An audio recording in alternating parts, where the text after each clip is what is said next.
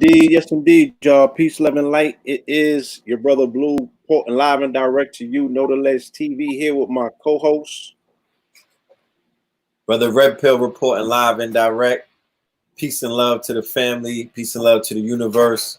Welcome to another historic episode of KTL Radio 2020. Yes, indeed. Welcome back for another historic episode. It is an honor to be in your presence, family. What an epic past few days we have experienced. But nonetheless, here we are. All right. We have a wonderful surprise in store for you this evening. Okay. In KTL TV, KTL Media tradition, we are opening up the floor to bring forward another one of our esteemed alumni in our KTL University series. This brother is a scholar like no other. Our brother, your brother, Dr. Wesley Muhammad, will be in the building. Yes. Okay. Yes, indeed. We're going to be getting into a plethora of topics. The atmosphere is definitely right to delve into the body of work that our brother has put together. Definitely, I think every title that the brother put out, from the GMO weed to the effeminization of Black men and Black women through hip hop and other means of media, the scientific research that the brother has done on the Black God Protocol, this and other things are very prevalent in today's time. So, just prepare yourselves, y'all. All right. Do you have any announcements? Do you want to make any announcements? Absolutely. We definitely want to announce that July 25th and 26th, the weekend of July 25th and 26th, me and AA Rashid will be in Atlanta, Georgia at Cafe 640, which is in the west end of Atlanta, doing a presentation titled Black Matter Timing, right? Myth Decoded, right? We're going to be defragmenting and decoding and unpacking a lot of the mythos, and also simultaneously speaking of the importance of mythos on psychological development, in particular Black male psychology, right? Mm-hmm. So we will be delving into that and continuing a very timely conversation that was started, from like my IG live going in, and on Black Magic 363 when we did the Black is King decoded, you know what I'm saying, the other day. So shout out to Brother Rich. We'll definitely be doing a follow-up on Brother Rich's channel in time for the presentation, as well as here on Know the Ledge. We're gonna have some definite surprise guests for that event, and the lecture will be Saturday and the workshop will be Sunday. Mm-hmm. I want to say shout out to Queen Afua and her entire team. I did a presentation with her today on Instagram, on her IG live, and it was dope. I want to remind the family, because I had to revisit it, and this ain't nothing but prophetic bars in here. I have a chapter, the 44th chapter in Planet Hill. I recommend the family, if they have not got this book from Queen Afua yet. Mm-hmm. It's a consortium of the of the healing community, mainly that she has relationships with, and we all submitted a passage. So this is mine. Mine is Purge and Purify. You know what I'm saying? Bars.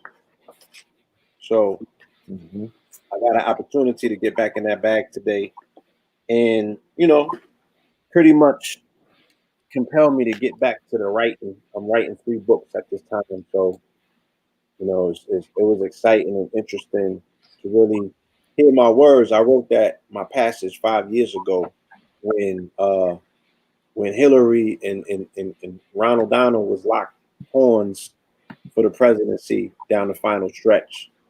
So it probably was around this time.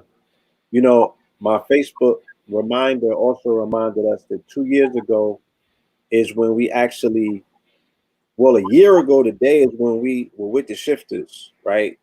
That journey in Brooklyn. And a few days prior to that, maybe yesterday or the day after before that, we had got the Sonnet Awards. So Facebook was so kind to remind me of that particular event. You know what I mean? That was legendary in 2018. Um, yeah, so this thing comes full circle, and serendipitously enough, you know what I'm saying? It all comes to this particular point, you know, where we are now welcoming back our brother, Dr. Wesley Muhammad. If the family was not able to catch the minister this past weekend, you know, we highly recommend that you go on YouTube and look at the Criterion, a very timely message for the ages, a paradigm shifting message, as I pointed out on my Instagram, and everybody concurred that when the minister finished speaking, we got downpour, right? Torrential rain started raining, not only in Atlanta, because Many. when I put it, yeah, when I put it up on Instagram, people from many places concurred that the same thing happened in their cities, right? That's a fact. So how can you account for that, right? And these are those times, and as much as people, right, they want to attribute everything in the year 2020 to astronomical, unexplainable, supernatural events, right? But the people you think is regular, right? But nature and the news and the environment and everything else is unexplainable. Mm-hmm. But the people, you think the people is regular. No, the people are also part of a very, you know, historical, unexplainable time. And I only say unexplainable for the people who need explanations. Those with eyes shall see and those with ears shall hear. So these times have always been spoken of. And these were the people who have always been prepared for this particular time. You feel me? That's right. Yeah. Yeah, I definitely want to add on that it's very interesting how, you know, the planets move. It's very interesting how the Oh, perception. yeah. We ain't even going to talk about the planets this past weekend, but yeah, talk about it. Yeah, let's touch on that. What I'm bringing up is the fact that Facebook reminded you that 2 years ago in Manhattan, right, the Symphony Center, we had the pleasure of witnessing our good brother, Dr. Wesley Muhammad, being honored at the Sonetta Awards, right? Okay, And brother. also, Yeah. yes, and the nation being represented, and the new blood or the new voices or the new faces of the Nation of Islam was officially introduced to the world that day, because that was a national stage. We wasn't outside in the street, it wasn't somebody's room or whatever. It was on a national stage at that Symphony Hall at an award show. Dr. Wesley introduced the world to Rizza Islam, Brother Ben X, and 19 Keys, right? Yes. And I remember when the brothers came in the backstage when they first made their entrance. You know how the nation makes their entrance, right? Yes. So the fruit comes in before, you know, I'm talking about the fruit they're gonna come in before anybody comes in. You know that the nation is on their way in. Yes. And Yes. Presence. Yes. that was the first time I was able to see the brothers all together. Dr. Wesley, Brother Ben X, Riz, you know, all of the brothers. And it was a beautiful sight to see. Yeah. And soon after that, the paradigm shift is formed, right? And we all get to come together as a collective. Now, I believe Brother Hafiz was there, Rising Power. Minister, yes, indeed. He was there. Was there as well. You know what I'm saying? That's a fact. Yes. We're going to speak about Minister Hafiz tonight because we were in Long Island with him, with Rizza, with a few other brothers almost a year ago to July to right now.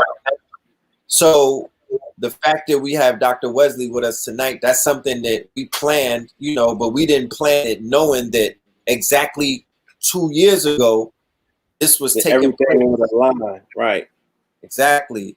So without any further ado, I'm going to open up and bring our good brother, the dog. All right.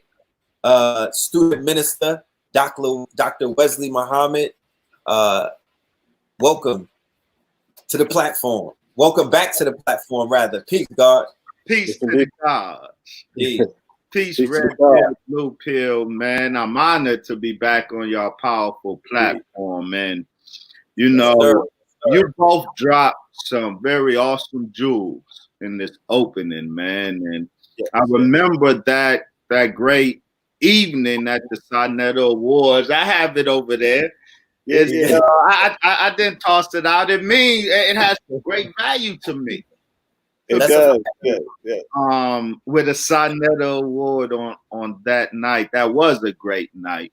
For all you, the peers dominated, if I recall correctly, dominated the Grammys,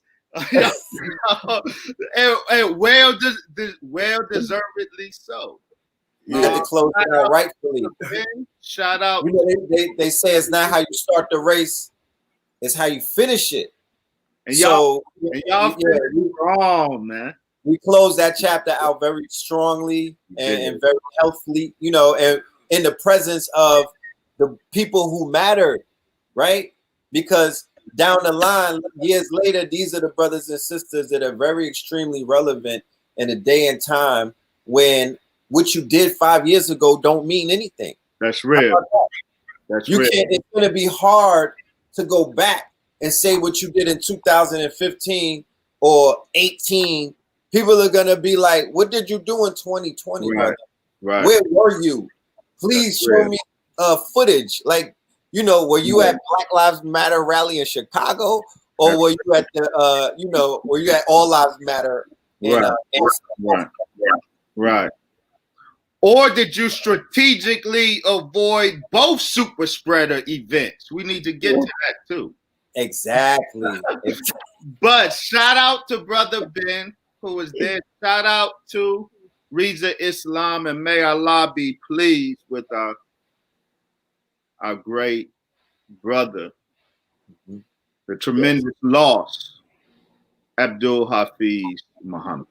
Yes, indeed. The martyr. The martyr. Right? Absolutely. Our martyr. Our martyr. Right? That brother is dear to my heart. From Kevin Muhammad days. You know? So just to see his climbing, his evolution, you know. And before that, I think it was True Mathematics, you know. Brother, he's the God body. The God body. God body. Yeah, that he was rolling with True Islam. Yeah. I was talking to 19 Keys. We was in the gym with Minister Farrakhan's grandson, right? The legend. Yes, the legend. Who shout out Brother Elijah Park. The warrior. Yes, the warrior Elijah, who was getting us right. And we were going back in time, and we were going back in the whole conscious community timeline in the time capsule. And I was telling 19 Keys about the rise of True Islam. Right? True Islam, the disruptor. You know what I mean? I had to remind him because people don't remember those days and times because they probably weren't there, and this thing moved so fast that, you know, things get erased. But I was like, no, when True Islam came on the scene, he was an ultimate disruptor. And I appreciate that, man. No, this is my first time hearing, you know. So King Simon is in the building. He said, yes, look, hold on. We got stream, y'all. We can show you. King Simon, yes. Peace, King Simon. I remember when we didn't know what you looked like. We just heard that he was coming. They was like, niggas in Harlem was like, True Islam was coming. He's challenging the teachers. True Islam is coming. Oh, wow. Look, man, those were great days. Those were great days. And I'm thankful that I was able to cut my teeth in that cipher. And so I tell everybody, you know, that cipher, that whole New York cipher has a tremendous lore, right? Yeah. But if you're not built for it, that set will eat you up and spit you out. And so that was a great, you know, training ground. I'm thankful I was able to successfully cut my teeth. But man, I will always be thankful for them days. I will always tell people, and you know, I'm unbiased because I had me and Blue, we had the you know, as Red and Blue Pill, we witnessed everything. So I give you the Jimmy Fly Snooker Award for coming in. No, you more like The Rock. You know what I'm talking about? You came in there, you got your belt, you was like, we're going to do movies now. No, I'm saying. I couldn't linger. I wasn't going to loiter around. Yeah. I got to be honest with you. My intent was to come in, do what I needed to do, and then bail. Move on to my next assignment.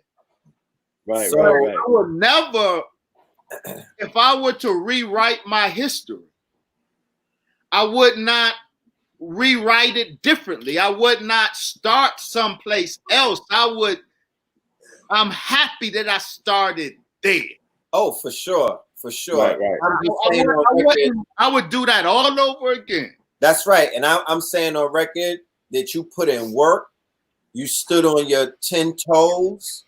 You know, you left with a record that was very clean. You cleaned up a lot of the toxicity. You came in like Toxic Avengers and cleaned up some toxic people. And we're grateful. That was my agenda. That was my agenda. That was my motivation. So I appreciate hearing this because, you know, we never built really on those days. So I don't know how, you know, I don't know what the legacy is. So it will be. I think that you could see it today with the nation still being a shining beacon. You know, there were factions in that community that wanted to bury it, to throw dirt, you know what I'm saying, and do harm and damage, you know, to the legacy of an institution. Goofy smacking was the order of the day. The cipher I stepped into was a cipher where Koofy smacking dominated.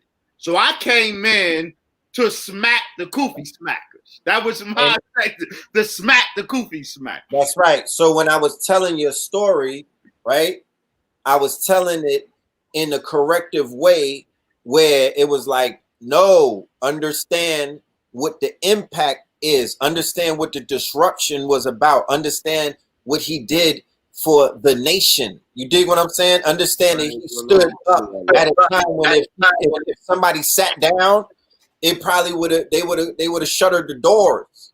You know, this was a different day and time. So I'm just saying, because we're gonna talk about a lot tonight. That you know, salute for the work that you did over those years. Thank you. Salute for the pivot, right? Because everything is in the pivot, right, Blue? Mm-hmm. You could stay on a ship too long and sink with it, or you could stay stuck in one. You know, you could become comfortable with YouTube views, right? And just dopamine being released every time one of your trailers uploads, where you know it's like you know those build-up trailers, like, coming up the right corner, you know, Smack DVD. Yeah. So man, I appreciate that. Thank you, guys, man. And I have to say this as we pivot out of this discussion. Word is bomb. See, when I entered that cipher, I encountered something I never seen before. Because you mentioned the word trailer. Y'all made video trailers to these debates like they were cinematic productions. And y'all were the first ones I saw do that. And I was like, oh, wow. And so people now, the young ones, have no idea what it was like then, because that was the birth of the debate trailers, right? And y'all, the way y'all put it together was hot. So that just raised the ante with the whole scenario, man. Because now the video competition, and it was merciless. So that raised the ante on that whole cipher. Still sharp and still. Y'all were the kings of it. Still sharp and still. Kings of it. Indeed. Thank you, God. So I want to dive right into a hot button topic, right? Timing is perfect. You know, there's a fire going on right now on Twitter. Twitter is ablaze. I study the trending topics on Twitter a lot because I'm understanding the power of Twitter. I didn't understand it years ago, right? So Deshaun Jackson was trending yesterday, right? He was like #2. And then when you click on the name to see, hey, what are they saying about good old Deshaun? You enter into an echo chamber, right? And if you don't know, and if you're not solid in your foundation, and if you're not secure in your faith, you will enter an echo chamber and get completely compromised by all of the tweets that people might be saying. So if they're tearing down Deshaun Jackson, oh, you are anti-Semite, you are a hater, you're making all of the things that Black Lives Matter do not worth anything. Right. And then today, later on that night, Farrakhan became the trending topic. And the reason why it became the trending topic is because so many people were saying about Deshaun Jackson, yeah, he put up a Hitler quote, but he also has Farrakhan on his page. It's just the fact that they're mentioning him in their tweets that he's trending. It's not that they're talking about him. They're just talking about him about Deshaun. But they won't say anything about what he said. They're not saying anything about the criterion. They're not addressing anything. They're utilizing a pinata, which is Deshaun Jackson. They picked one out of the bunch. Similar to what would take place when they would pick weak ones amongst us to do what? To traumatize the rest of us, to put the rest of us in place with a public lynching. Right. So, no, I would say that our brother Deshaun Jackson is not one of the weak ones. The fact that he had the strength to take the stand that he took to post what he posted after Chelsea got in so much trouble for sharing a clip from the Honorable Brother Minister Farrakhan. I'm sure Brother Deshaun Jackson saw that, yet he still had the strength and the courage to publicly support the Honorable Brother Minister Farrakhan. And so I want to say that the Honorable Brother Minister Farrakhan supports Brother Deshaun Jackson, and the Nation of Islam supports Brother Deshaun Jackson. We pray that the Black community rallies around our brother. Why? Because we have to send the strong message that white folks, you cannot pick who our friends are. Damn that. That is done with. That's old Negro stuff. Ain't no Negroes around no more. So you cannot pick and choose who we put on our social media. So look at the analogy, right? Look at the analogy. People were willing to forgive, right? Europeans that have done atrocities to Black folks all of these years because they apologized, and Black people opened their doors and allowed all sorts of allies in. Everybody got a cosign but Minister Farrakhan. That is right. Every single person got atonement, got an annulment, That's got right. it this and got it that, right? Right. They said we're gonna bury the hatchet on this shit. Let David Duke in, let this person, and we're gonna Right. They apologize. Mitch McConnell, they apologized for everybody. Rush Limbaugh got on the Breakfast Club. Everybody, but they still said the one standard that we're still holding. You know, y'all can kumbaya. We're gonna take Aunt Jemima off the. Right. I mean, Right. we willing to do anything, but allow Farrakhan to be your friend. Right. Because Farrakhan ain't apologizing. If Farrakhan is ever found in error, he would apologize. But Farrakhan is unapologetic because he is unerrant. And this is what they hate. So they still, the Quran says, you know, it is only that Satan called and you came. Satan doesn't have power over us in 2020. He does not. That's a fact. If we buckle out of a fear that really cannot be realized.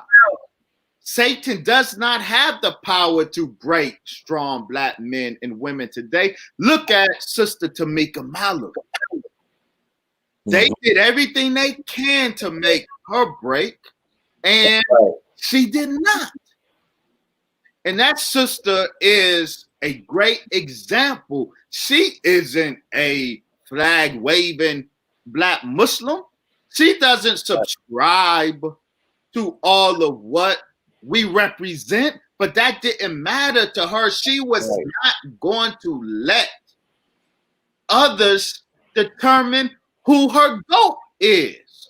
Right. It did not deter her. Jackson is not weak. I pray that he stays strong, and I pray that the Black community helps strengthen his backbone to know that Satan ain't got no power over you. Not in 2020. Definitely. The brother Steven Jackson. Shout out to the Black guy, Steven Jackson. Yes. Blossoming in front of our eyes, right? You know, when they say that tragedy has a way of, igniting something in someone else, they could be the catalyst to, make them a different type of person.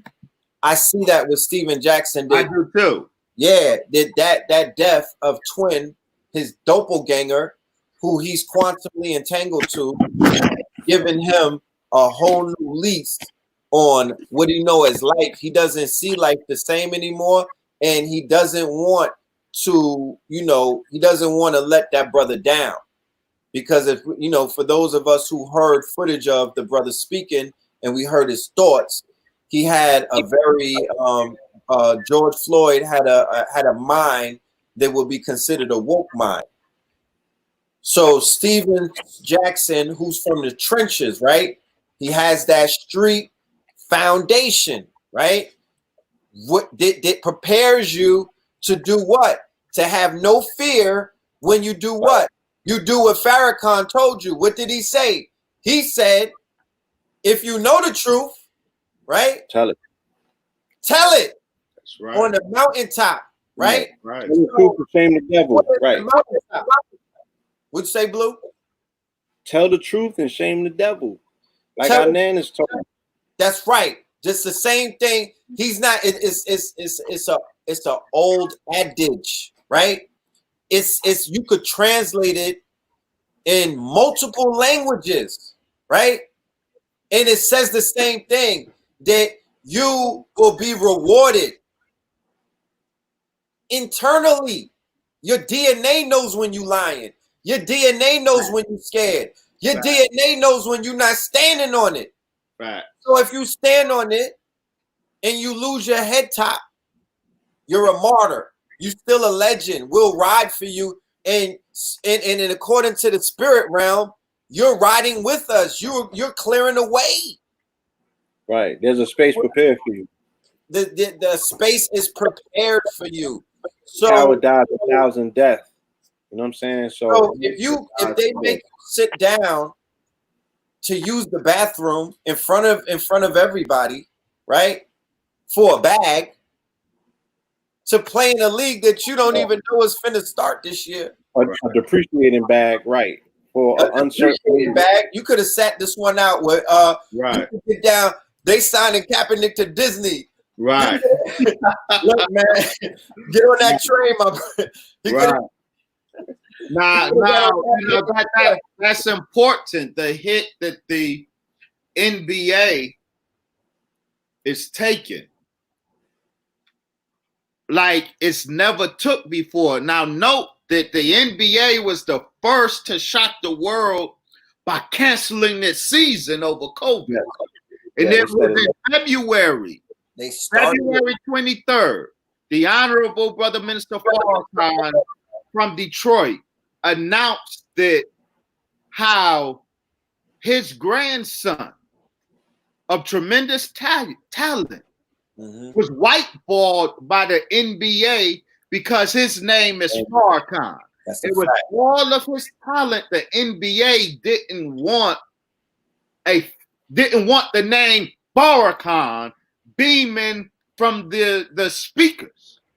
And so when he put that out so publicly, it wasn't a month later that COVID hit so hard and the NBA had to cancel its season. We've never seen anything like that before. I just want to put on the record that began what we know as the spiral for the historians and for people who are going to record time. The people, right? Yeah, there was news reports and you'll find articles and everything when they tell the story. They say that they started the madness started in January. No, the day after the NBA canceled is when black people took it serious and the conversation changed from this don't got nothing to do with us to what the hell is snap. Right? And this is how they clip their feet though. This is how they clip the feet of young black America. They canceled March Madness the next day. It was over after that. This initiated March Madness. And when it canceled the sports, this initiated March Madness, and then the games began. The real game is Event 201, right? Coach Bill Gates. That's right. And Fauci, right? Fauci's running the offense. That's right. And they acting like, and then Trump, who's doing a great job in theater, right? He's doing an awesome job in the realm of entertainment politics. This nigga, he's the presidency will never be the same. Ever.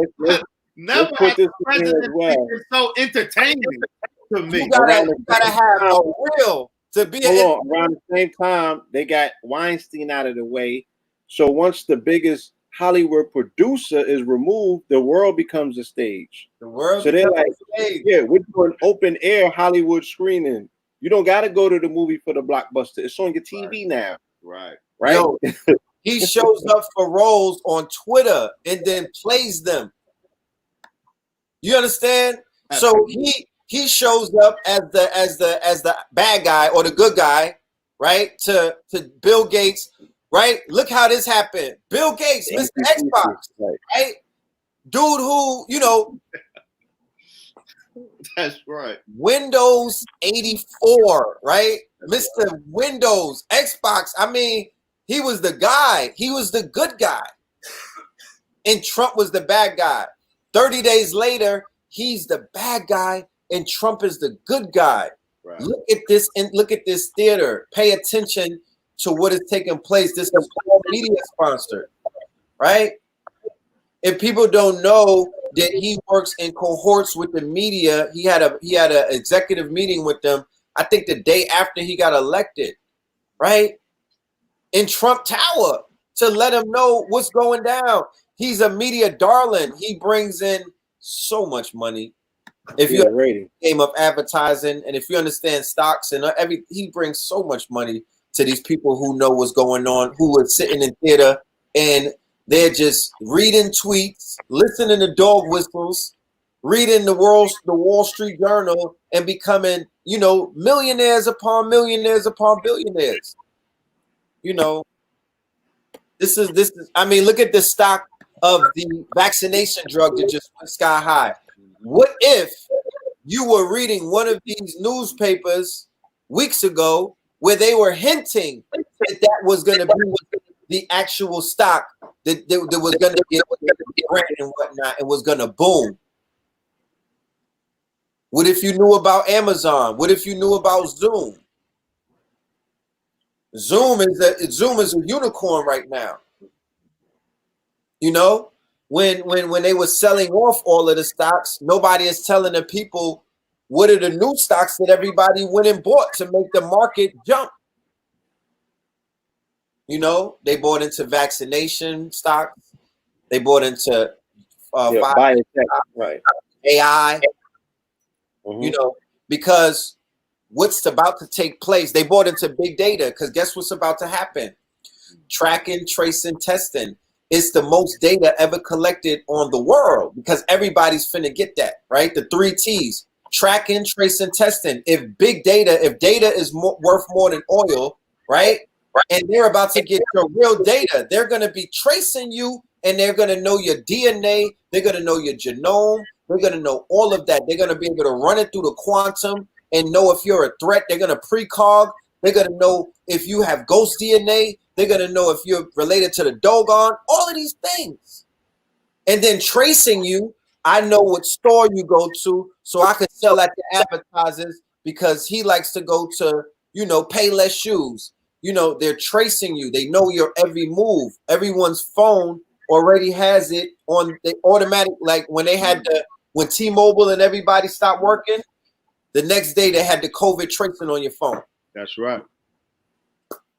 That's real talk. So I don't mean to cut your wisdom, but the 3 T's. You flowing. I'm listening. Yeah. I'm learning. The 3 T's precede 5G, right? The 5G rollout comes as a result of the 3 T's. In order to trace, in order to track, you're going to need the 5G network. Why? Because that's what China has. It's over. Like they already did it. It's already done. So they're going to implement that because it's already been implemented, and they're going to utilize this pandemic, this phase 2 paranoia, to say we gotta have to usher in this next step of technology, AI, you know, all of these things. Industry 4.0 is here. So, you know, and it's all an investment. Like you see, they showed when a black man gets killed and remember, black people die every day, right? People are getting killed by the cops every day. But advertisers know when George Soros buys out a 48-hour media block or a 24-hour media block, that story is going to be a story that it's going to be something that they're going to be able to be a run on the bank, right? Going to be a run, you know, a bull run, right? Yeah. So, yes. No, that was deep, and I think you're absolutely right, Red. You know, there's a lot going on with the pandemic, rightly so called. It was planned, you know, on January 10th, Dr. Anthony Fauci. Yes. I'm sorry. Let me be more specific. January 10th, 2017. Okay. Dr. Anthony Fauci lifted the ban and provided the first set of funds for gain of function research. Gain of function research is science done increasing the pathogenicity of viruses, making harmless viruses harmful, or making harmful viruses deadly and more transmissible. It's science done to make a virus gain a function. That's gain of function. Okay. Virology. There was a ban on that research. President Obama banned that research in 2014. And the specific ban was directed at gain of function research done on the influenza virus, MERS, and SARS. Specifically, all gain of research science done on those viruses were banned in 2014 on January 10th, 2017. Dr. Anthony Fauci, whose National Institute of Allergy and Infectious Disease is publicly known as a health institution, but since 2003, it was the literal proxy of the biowarfare establishment. In 2003, the United States, Fort Detrick, Fauci's office was relocated to Fort Detrick, Maryland. So he is the most of the biodefense money comes to and through Anthony Fauci's National Institute of Allergy and Infectious Disease. But I'm gonna let January 10th, 2017, Anthony Fauci lifts the ban and starts funding this gain of function research. I remember seeing January 12th, Anthony Fauci is at Georgetown University. 2 days after he started funding the science that produces monster viruses, that produces monster SARS, that produces monster MERS, that produces monster influenza. 2 days after he restarted funding that science, he was at Georgetown University and said, oh no, the new administration, the Trump administration, newly elected, they will have a surprise outbreak.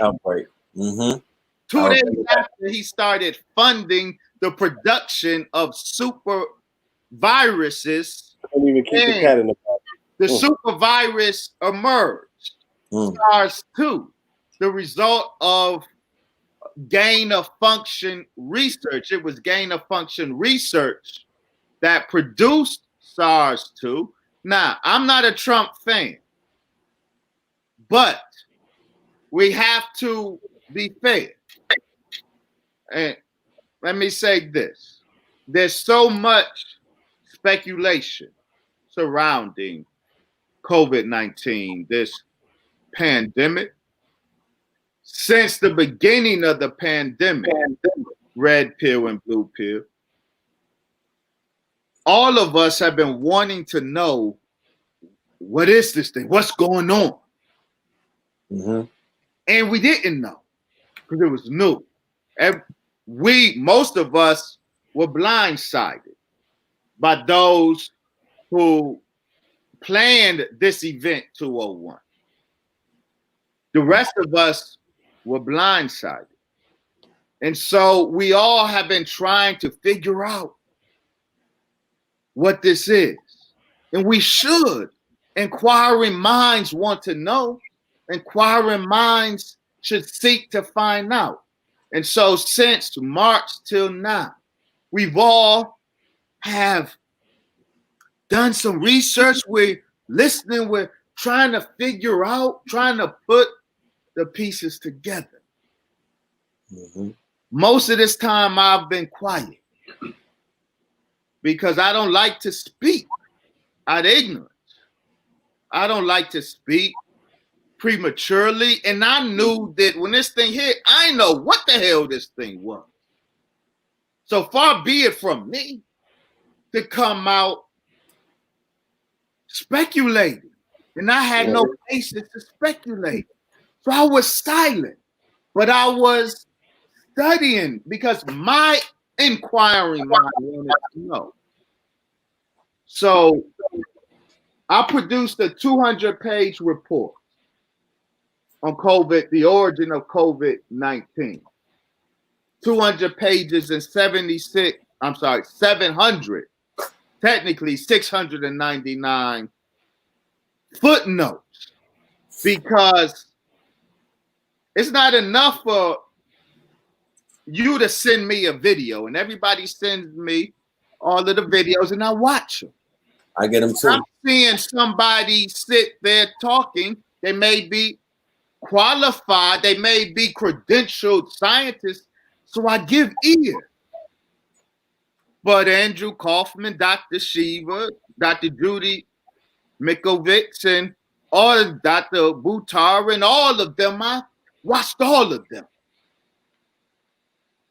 But it ain't enough. My inquiring mind needs more than somebody on a video talking, regardless of their credentials. I need to know the source of what they're saying. So I say all that to say this. Reproduce the report. A pestilence from heaven in the laboratory of Satan. The subtitle, The Origin of COVID-19, How It Became a Black Epidemic. So I say to those who sent me all of these videos, I got them, I watched them. Now the people in their videos, send them my report. I hope that doesn't come off away, but I'm making an important point. My inquiring mind is hard to satisfy. I need verifiable data. And so I say that to frame something. President Trump, for all of his foolery, the most unbothered pathological liar that has ever sat in that seat. Now, all presidents lie, but every other president tried to be discreet. But President Trump is so unbothered being a pathological liar. But he was blindsided by this pandemic, like the rest of us. A very important moment came March 20th. A very interesting briefing, White House briefing. Televised, right. You had Anthony Fauci on one side of President Trump, and you have Pompeo on the other side of President Trump. Now, when President Trump introduced Mike Pompeo, brought him to the mic, President Trump said referred to Mike Pompeo's deep state department. Not State Department, deep state department. And when Mike Pompeo came to the mic, he referred to COVID-19 he referred to the pandemic as a live exercise, Event 2-1. Event 2-1 was a table talk exercise that moved to a live exercise. And Pompeo said it on national television, and this President Donald Trump in the wings, angry, he says this: I wish y'all would have told us. That was a very critical moment where the secretary of the deep state left the cat out the bag that Event 201 has now transitioned into a live exercise, and the President of the United States was not informed about it. He heard it when we heard it. So we are witnessing a war of President Trump and his allies versus the deep state. So he was blindsided by the pandemic. He's at war with the intelligence community. And after his survival of the impeachment hearings, he focused his hostility on the intelligence community. So he has been since February at all-out war with his intelligence community. And it's what we document in here is that it was a global intelligence operation. We call it a Anglo-American intelligence operation that released the virus. The White House was in the dark. However, and I'll close on this note, excuse me. Allah says in the Quran, and you did not kill them, but it was Allah who killed them. And you threw not when you threw, but it was Allah who threw. So the humans were throwing stones with their own hands. But Allah says it was not you who threw, it was I who threw with your hand. So the Anglo-American intelligence community thought they threw this virus, but in the Jews' plan, and Allah plans, and Allah is the best of planners. This is a virus that is a pestilence from heaven in the laboratory of Satan. I just had to say that in this case, President Trump was blindsided. He's using it. He's doing what he can to get his hands on it to ensure his reelection, because they had hoped to use this to sink his reelection. And so you have a number of players in this game. Right. But ultimately, it's a divine chess game between Allah and Satan. Yes. Both making moves with this virus. Yeah, I had, I was reminding the family on this platform since March. I had got a call from the continent, and there was a committee of traditional elders that are part of spiritual systems, and they all convened and got some information, and it was presented to me through another individual. And what the individual told me is that, according to their consultation with spirit, they said that, man has a hand. They said there's many hands in the pot. You feel me? And this is something. That's an accurate description. Yeah, the man has his hand in, but, Creator also is utilizing it, you know what I mean, to get some necessary things done. As you said, man plans, but Allah is the best of planners. I saw, I hope I pronounced the brother's name right, Minister Tony, right? Abdul Malik. Yes. Abdul Malik Saeed. Minister Abdul Malik Saeed. Yes. The brother was on Nick Cannon's Cannon class, and then we saw Criterion. In both of their presentations, they spoke of biblical implications for this particular time period and the different things that we see in terms of pestilence, in terms of famine, in terms of, rumors of war, what have you, to remind the family, because people may have forgotten. January 2nd, we did start this year out with rumors of war, with them, hitting the Iranian general. And there's many other signs that go along with famine as well. I mean, to go along with the quote unquote signs of the plague or what have you, to speak about this apocalyptic time. And, as a brother 19 Keys reminds us, the definition of an apocalypse is just an uncovering, right? And in time when we synchronize this year to say that this is 2020 and you should have perfect vision, or your observational lens should be one in which you can see through something then something has to be uncovered for you to see through that which you were looking at previously, but you couldn't penetrate to the core.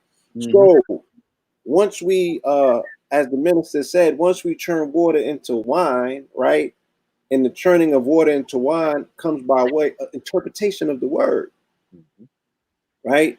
Once we're not just reiterating the word, but we are interpreting it and we are uncovering the meaning of it, then our people can actually see it for what it is. That's right. You know, I want to know, what is your take on this? You know, do you see this as a broader scriptural plan that has been spoken about since the beginning of, you know, I don't want to say time, but the beginning of when people started being introduced to these particular doctrines in Texas? Yes, sir. Thank you for that question. On May 10th, the Honorable Brother Minister Farrakhan said these words. He said, judgment is not approaching. Judgment has arrived.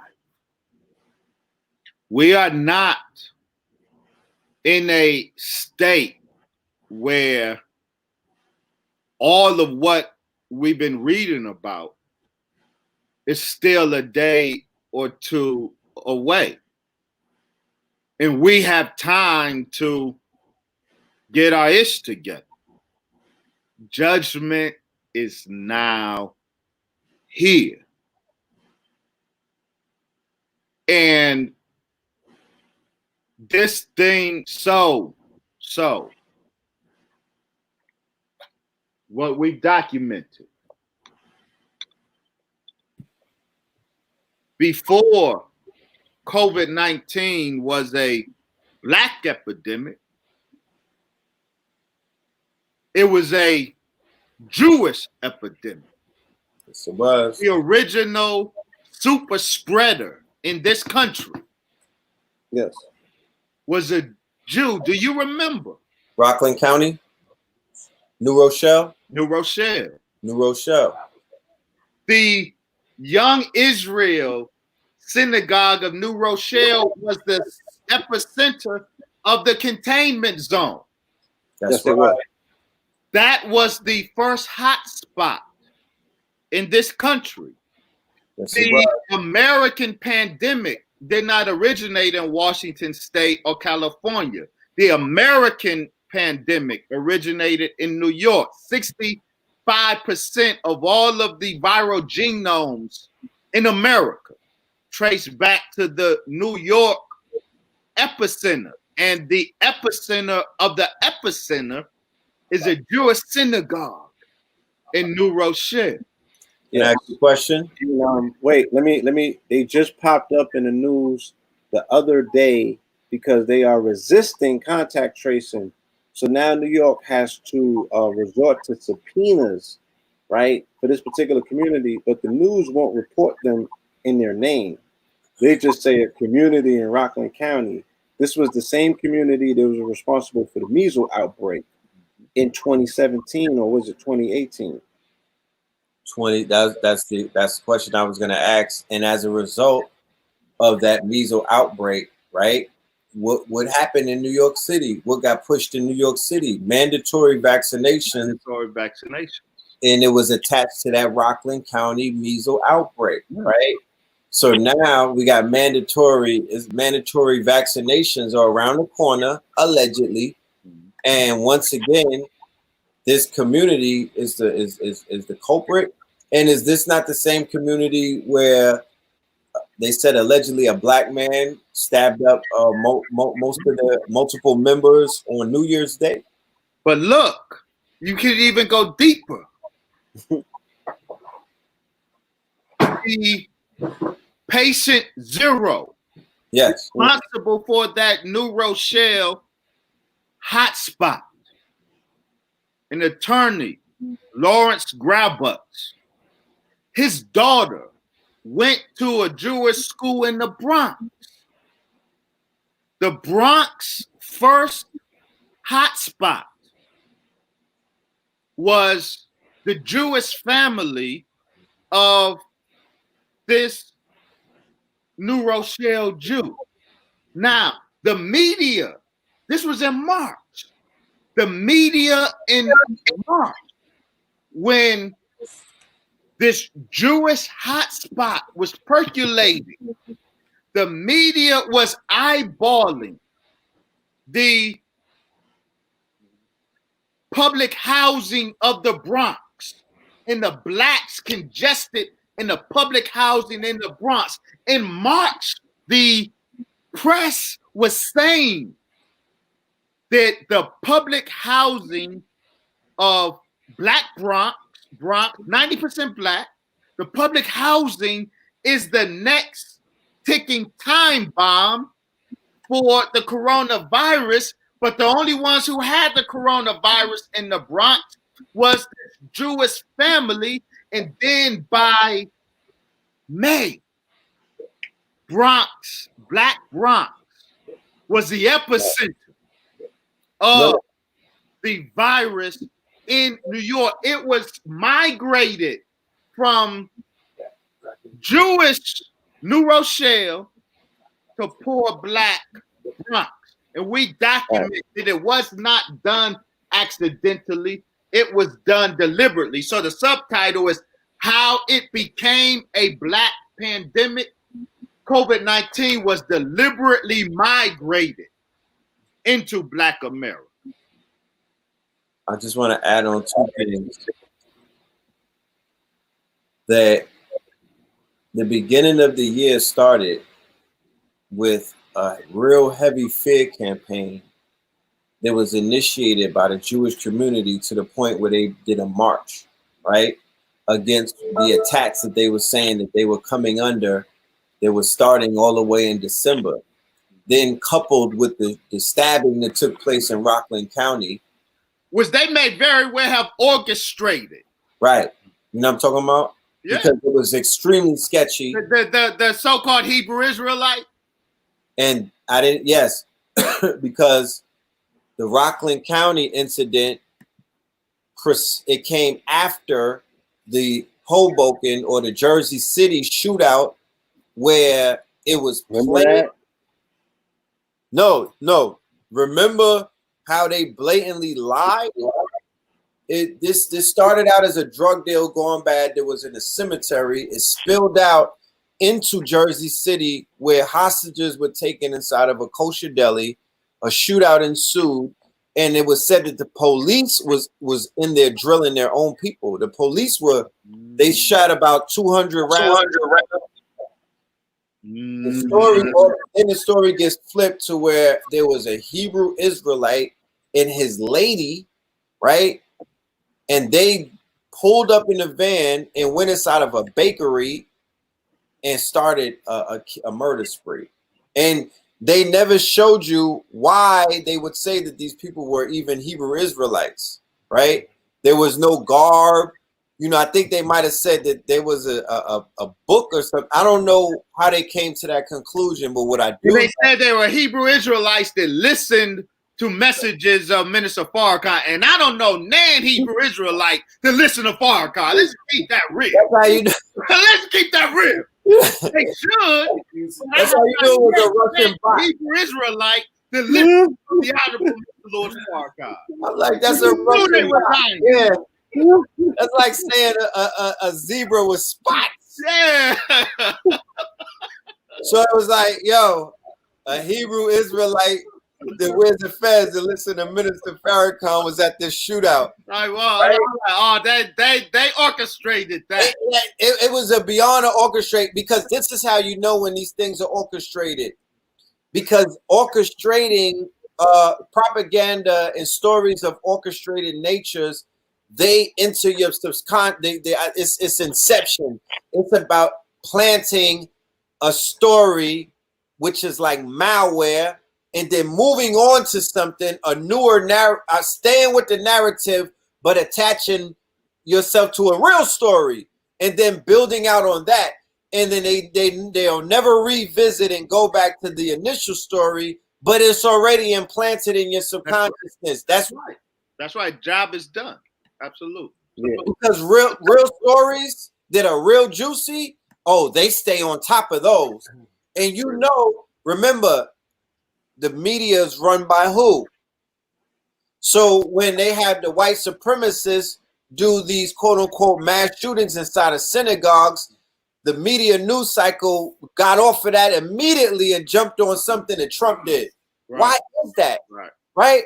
Why not focus on the sleeper cells? Why not break down what the hard drive of this man's computer contained? Why not give us his booklets? Give us his library card? None of these, no kind of data, none of that ever surfaces. They don't tell you about his browsing activity, but let somebody copper tone do something. Right. They're like, oh, look at his profile. They'll tell you all of his friends. That's real. You know what I mean? That's real. It's spreading your data all on Reddit. Every social media group, you know, and we get hijacked into 100 groups, but they will have a quote from every social media group that he was hijacked into. Yo, he was down with the Nibiru, Planetary Nibiru. That's real. The Space Force, Moorish Resurrection, this Black Zionist, Israelite. So let's put it out there now. Whatever comes out, I've been hijacked into so many groups. I don't know what I'm a part of. But let's come out some crazy Nibiru planetary group. Then Dr. Wesley Muhammad, student minister Dr. Wesley Muhammad. I was like, what the fuck? Yo, I don't even know. Don't be surprised. Facts. I'm the CEO of Mad Groups. Left-handed, polygamous, that's real. Told Egyptian dripping niggas. Like, that's real. They come out that half of them were created by Russia. Okay, well. That's a Russian bot. Yeah, I've been hijacked at mad Facebook groups. And the groups be large numbers. So the data, like the way that they went in New York City, because I put up a picture because my master teachers told us that when the Daily News and the New York Post give you the front cover, pay attention. So it said the year of fear, right? On the front cover of the Post, and it tied into all of the anti-Semitic rhetoric, right? And we know that fear is an energy, and we know that vampires are real, and we know that Luciferians, right? And people have other names for them. I call them that because there's a book that Bobby Hemmett put out that he edited, and it's about the Luciferians, and it explains how these people feed off of energy, the strongest energy that they feed off, right? Light. Yeah, the most delectable, because you speak about the delectable Negro, correct? Absolutely. And now in the community, you know, the word adrenochrome is trending, right? It's something that everybody understands. So the concept of feeding off of fear, feeding off of trauma, empowering oneself off of pain and suffrage, right? Being able to broadcast a lynching live, or being able to put a lynching in the quote unquote social media networks, right? And being able to feed off of that outrage, and being able to feed off of the data that's created as a result of that outrage. Because people don't talk about how these people get rich off of fake Negro outrage and people's quote unquote emotional output on the social media networks by way of big data, right? It's lucrative. So somebody said they could even feed on you in the astral realm. So when I started to see people of a certain background begin to utilize the fear energy very heavily, and I'm like, this is around a year of their quote unquote Messiah's return, right? Because nothing has happened haphazardly. I'm paying attention. And then COVID happened. And now you come with the research, and the family is asking where could they get that research as well. I want to throw it in there. So the report we're going to upload and make available next week. Okay. On our site, you can get it at, you can download it at drwesley.online, drwesley.online. Please subscribe to the website. We prepared it for and presented it to the Honorable Brother Minister Farrakhan. And next week, we are going to, inshallah, make the report available to the public. Okay. Let me spell out that website. What is it again? Dr. Wesley, WESLEY .online. Okay, I got you. I'm gonna throw it right. .online. All right, so bookmark that, family. I'm gonna throw it right there. Dr. Wesley .online. Bookmark that, and when that information drops, spread it like a rumor, like he said. Send it to everybody who sends you the videos and says in big caps, "Attention, attention!" Right. Please share. They're gonna take this down. This is the most important video ever. Right. And you're like, wait a minute. Right. That video was fear-based. Right. That video could have been controlled opposition. That video didn't necessarily come from somebody that's trusted in the community. Not to take away the information, because I've been enlightened, I've been entertained, and I've been updated to a lot of things through YouTube, Facebook, Instagram, and from videos from people who are considered allies, and from individuals like Dr. Butter, is that his name? Buttar. There's a plethora of individuals in the social media age. Can I speak on that video, the pandemic video that you're referencing? Yes. Because your comments, in my opinion, are appropriate. Now, the pandemic video, I think it was up for maybe 72 hours. It got 8 million views in that time, and then YouTube and Facebook took it down for violating COVID-19 misinformation. The fact finding. Now that video, you know, we shared it, the conscious community, we got excited about it, and it was not a bad video, but like Dr. Shiva, that so excited so many of us in the so-called conscious community who wanted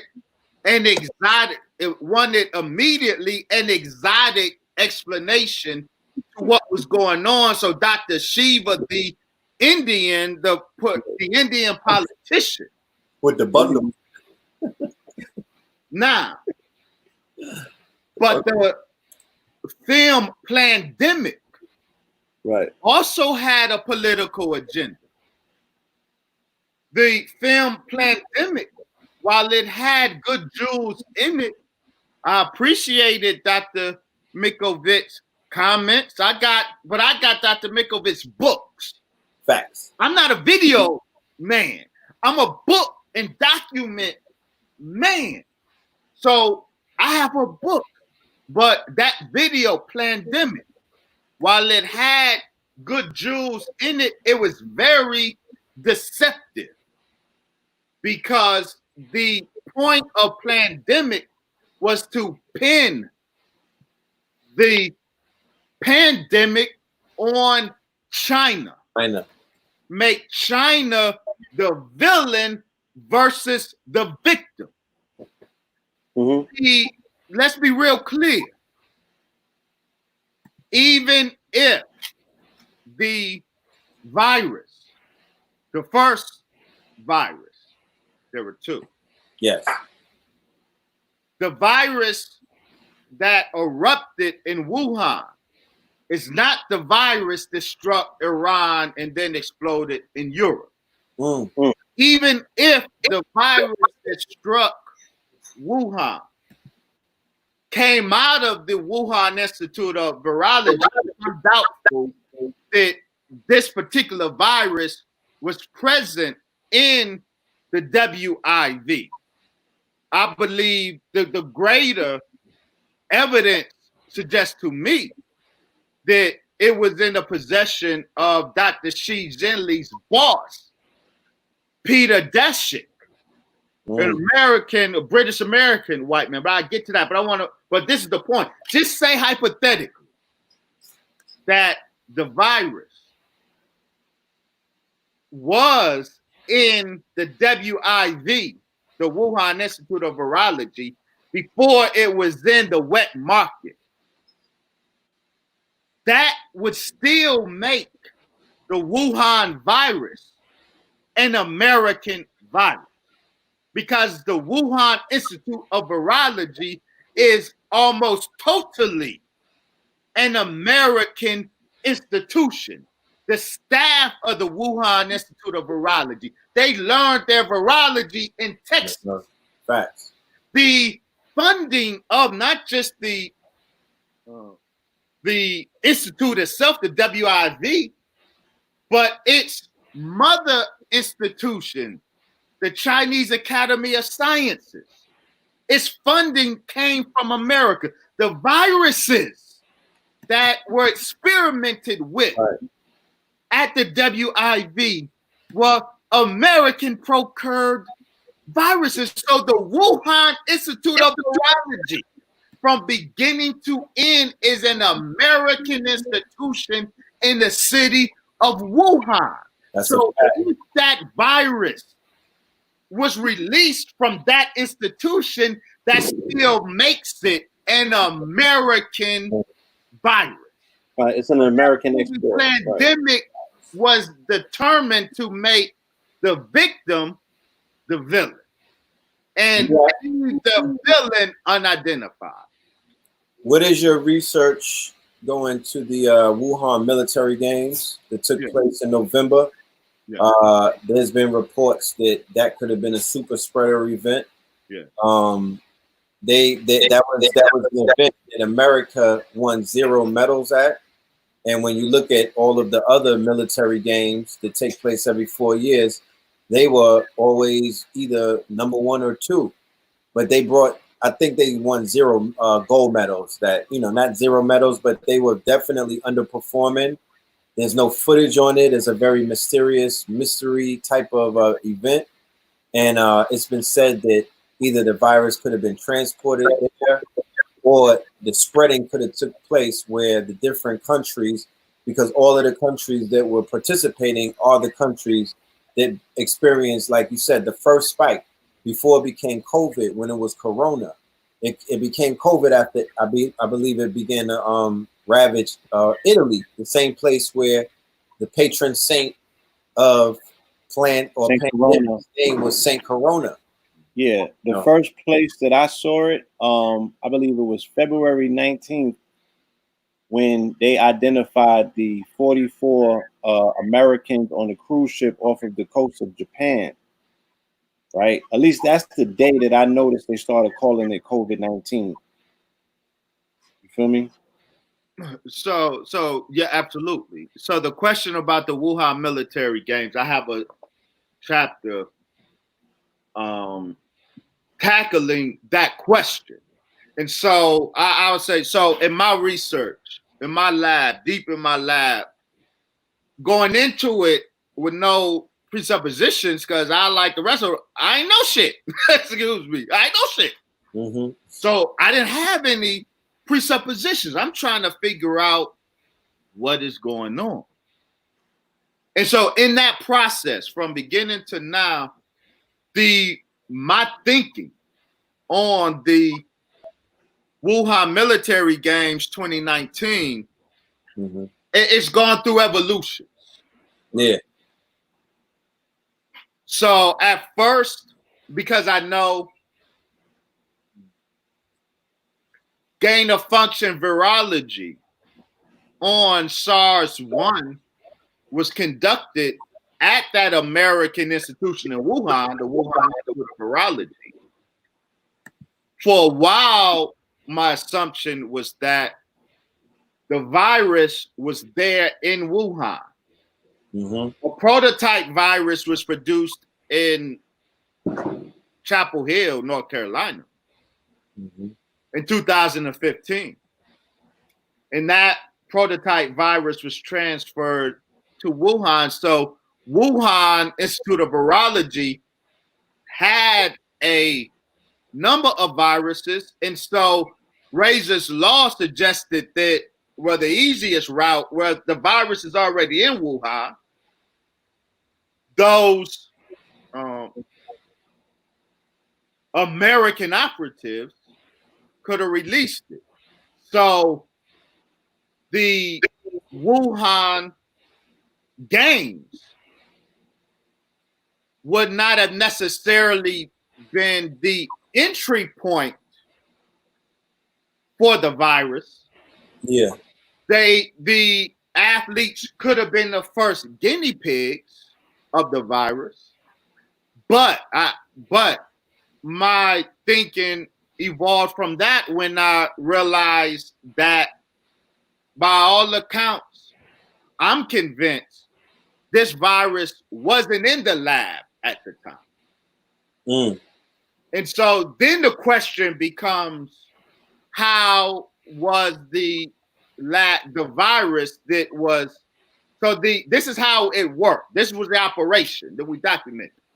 Mm-hmm. Peter, so everybody focuses on, and the film Plandemic focuses on the Chinese scientist, Dr. Shi Zhen Li, so-called Batwoman, because she was over the BL4, Biosafety Lab 4 of the Wuhan Institute of Virology, where that type of science was done. She was over the lab.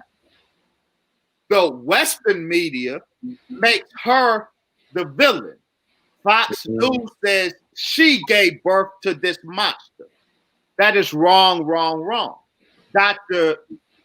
Shi Zhen Li was the employee of Dr. Peter Daszak. Who was Dr. Peter Daszak? Everybody talks about, rightly so, the $3.7 million that Dr. Anthony Fauci gave the Wuhan laboratory. But actually, Dr. Fauci did not give $3.7 million to Wuhan. Dr. Anthony Fauci gave the $3.7 million to EcoHealth Alliance, led by Peter Daszak. Peter Daszak subcontracted the Wuhan Institute of Virology. So Fauci paid Daszak, Daszak paid Wuhan.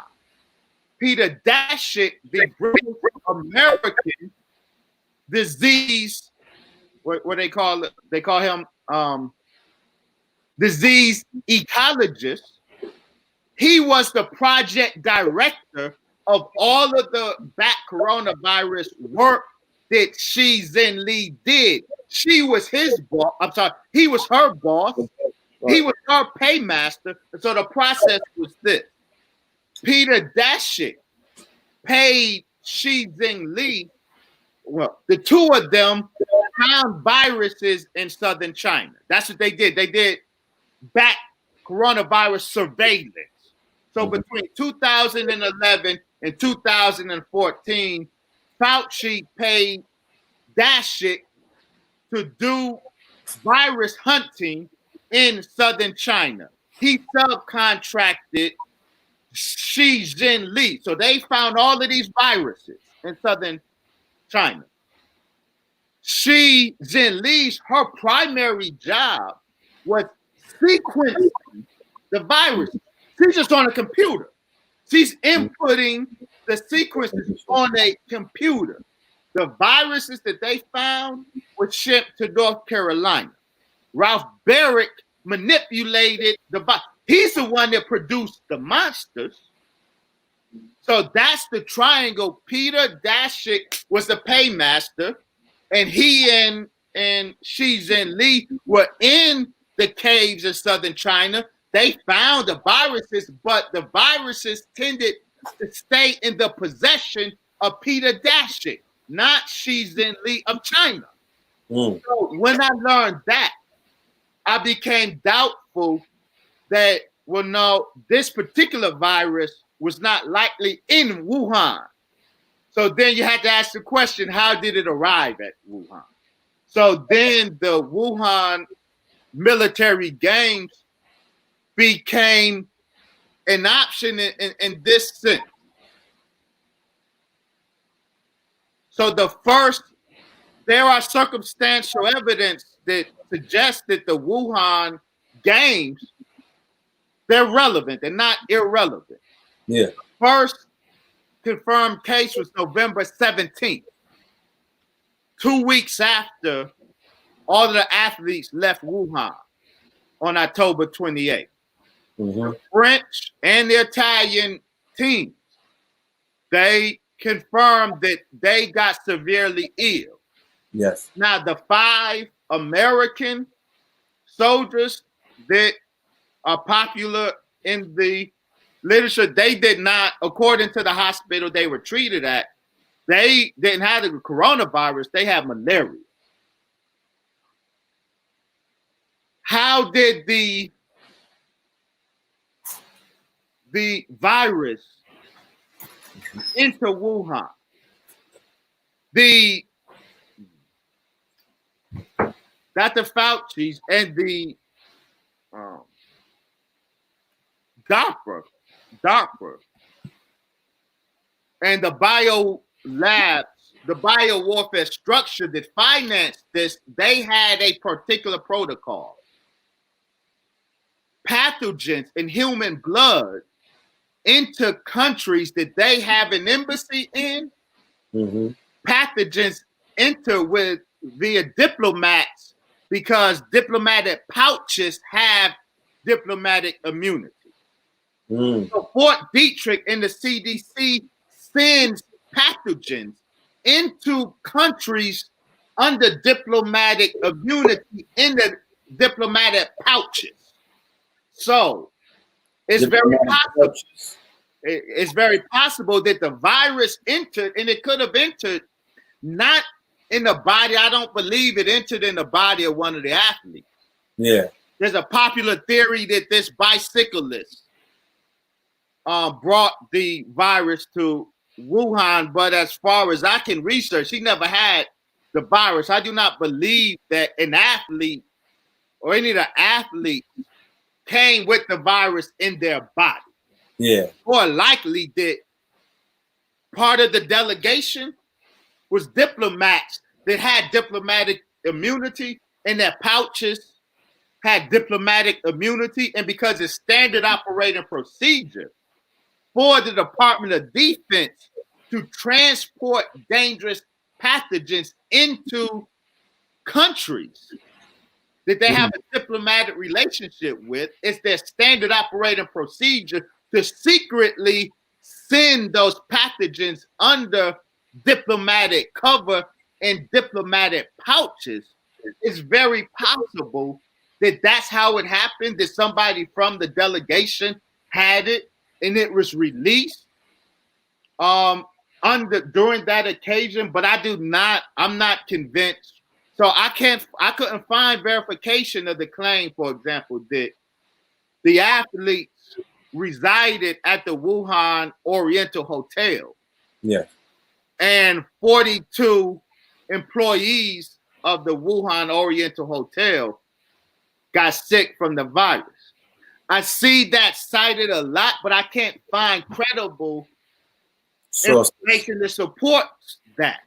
Mm-hmm. So while I consider it, I can't say that that's true. So I don't know. I don't have reason. I couldn't find reason. I do believe there's enough circumstantial evidence that the Wuhan military games from October 18th, they started the same day Event 201 started. Mm. That can't be a coincidence. Event 201 started October 18th. The Wuhan military games started October 18th. So, and it ended October 28th. I think the games were an occasion because 2 weeks later is when the outbreak happens. But I'm not, I do believe that there's a connection there. I'm not convinced that it entered Wuhan through the body of American athletes. I'm more inclined to believe that it entered Wuhan in the diplomatic pouch of somebody, a diplomat of that delegation, rather than an athlete, him or herself. Definitely. All right, so I want to pivot into another topic. I want to speak about the weed. You know, I want to commend you for your research, and I appreciate that. I want to commend you for your unwavering, you know, to huh? Yeah, Commitment to yeah, the topic, can potentially, be ill received in a community that has become Ain't no somewhat, potential about that. That's my reality. And ill received is an understatement. Nothing I have put out has generated the hate. We know there's people out there. You mentioned Red Pill, I put out stuff that get people salty. I don't do it on purpose, but from Black Arabia, right? Everything I put out, I create enemies. People get salty from Black Arabia to understand the assault, but nothing has generated the backlash that my exposing the pot plot has generated. And that's why I was forced to write an 800-page book. That's right. With 2,000 footnotes on it. And I'm going to say this as we pivot into this discussion. I'm going to say this to frame what's about to go down in this conversation. I made lectures on the subject, right? Yeah. The documentations, okay. And I invite people to study the documentation I put in the lectures, study arguments, and refute it. Okay. I published for free academic pieces. I published a bibliography because people say he's using outdated research. So I published for free a bibliography of 100 sources. I put it on social media, and I damn near begged the people to read it, vet the sources. If I'm wrong, don't come saying, nigga, you crazy, nigga, you wrong. No, don't. I'm putting the sources available to you for free. And nobody, everybody whining. And ain't nobody taking me up when I say that. I'm making it available for free. Headed. So we're in a different place now. I just want to let y'all know. Yeah. I wrote an 800-page tome. That's right. On the subject, on the pot plot. 800 pages, 2,000 footnotes. What that means is I ain't got no more time for whiners. You have to. You don't have the right, not you, but I'm talking to those out there. You don't have the right to, I disagree. No, you got to avail yourself to the tone, and you have to the 2,000 sources. You ain't got no more right to disagree because you want to disagree. Now that this is out, the 800-pound gorilla in the room. So I'm going to share what Allah blesses me and us to share in this conversation, but nobody has the right to say, I disagree with him. Get the book and impeach the sources. I'm not speaking out of vanity. I gotta say this with due respect. I hope I'm not coming off wrong, but all of y'all, because y'all got it, not y'all, but y'all, the plural generic y'all, got at me so hard for so long. But now I own this conversation. 800 pages, 2,000 footnotes. I own the conversation until y'all impeach the documentation. Until you avail yourself and impeach the documentation, I own the conversation. So let's start the conversation. Definitely. I want to know what is your current research about the dangers of this new designer weed that many people are familiar with, the runts, the gelato. You know, they got silverback moon rocks. They got silverback gorilla lizard breath. They got cat piss. They got, I mean, any name you could think of. They got Marge Simpson. You know, it's blue. It got blue hairs on it. Like, I would say this: moon rock, sun rock, gorilla, silverback. All of these exotic strains, in truth, they're a distraction. The GMO is the loud. The GMO is the gas. Why do I say that? I said in Baltimore, and it's true, and I say it here. No, I have to start this way. Otherwise, I'm irresponsible and I'm not heeding to the guidance that the Honorable Brother Minister Farrakhan gave me on this subject. So I must start here. The cannabis plant is absolutely God's holy herb. And Wesley Muhammad can't say I'm pro-Allah and anti-cannabis. So I understand that that's the popular perception of me, but that's not the case. I recognize as much, or certainly as much as you, maybe more than those who are angry with me, thinking I'm anti-cannabis. I recognize the cannabis plant as God's holy herb with power that God gave it for the benefit of the human being. There was no question.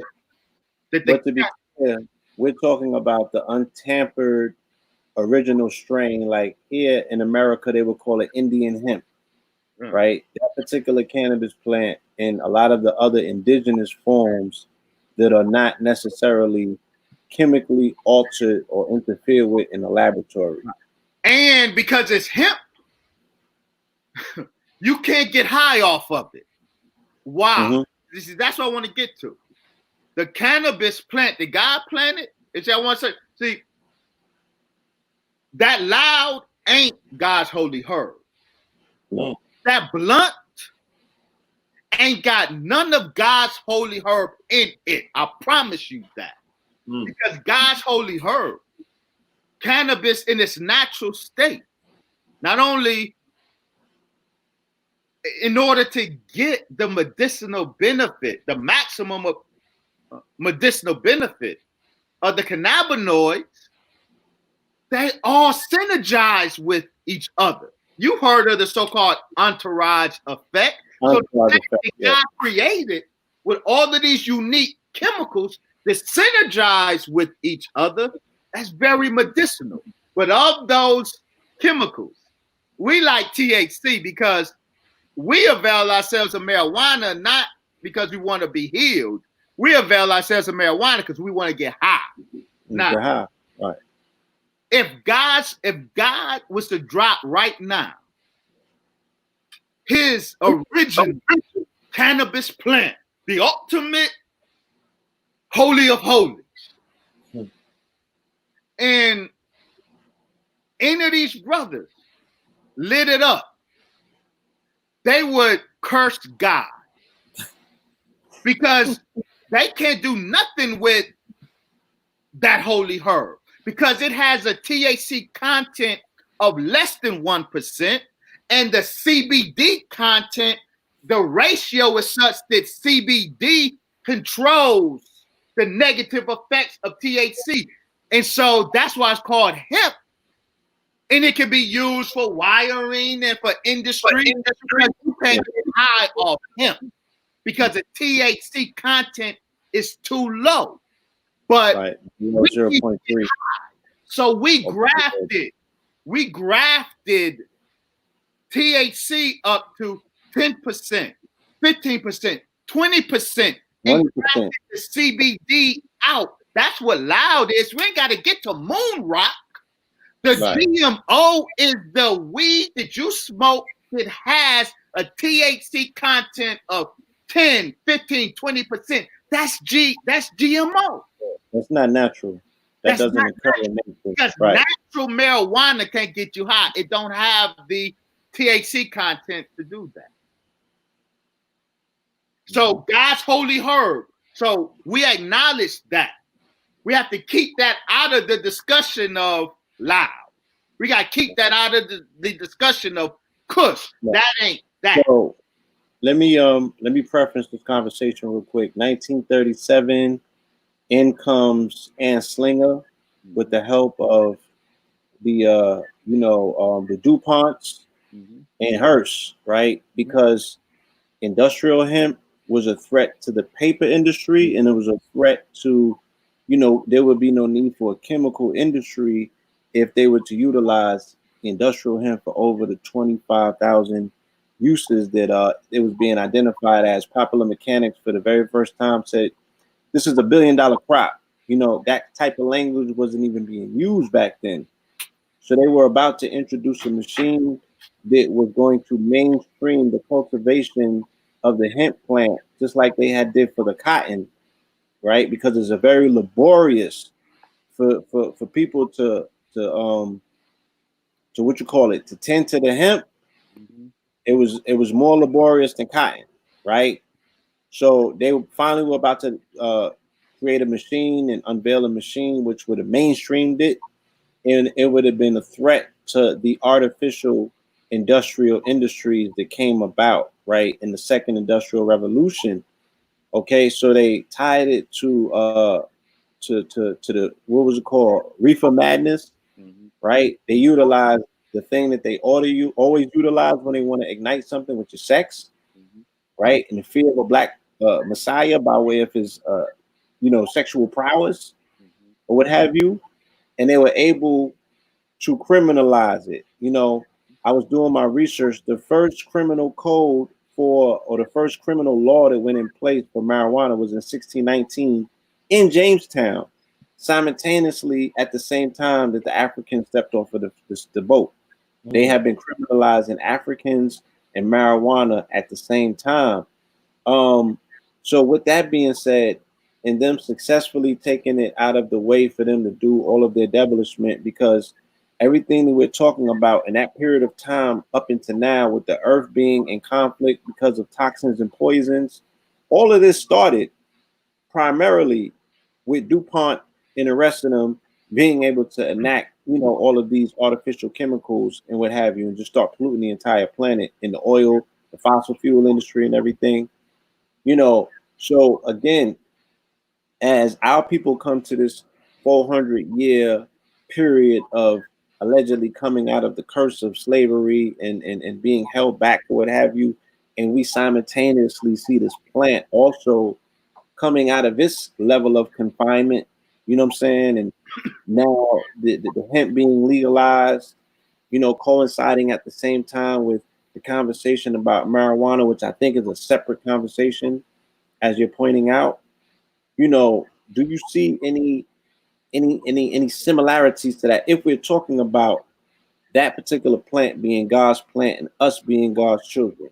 Do I see any similarities? I have been accused of spearheading the new reefer madness. The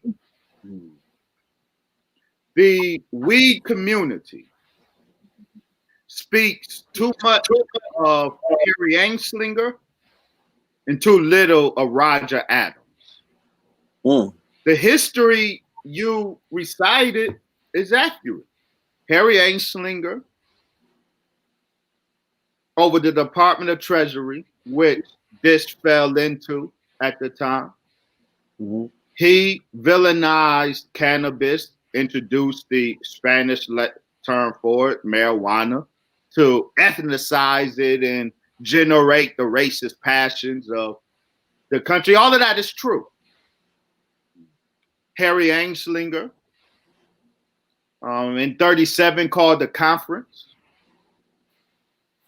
And out of that conference, the tax law, in prohibitive or inhibitive tax law form, all of that is true. But you talk too much about Harry Anslinger and too little about Roger Adams. Okay.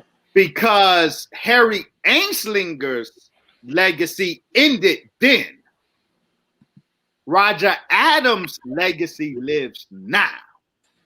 Who is Roger Adams?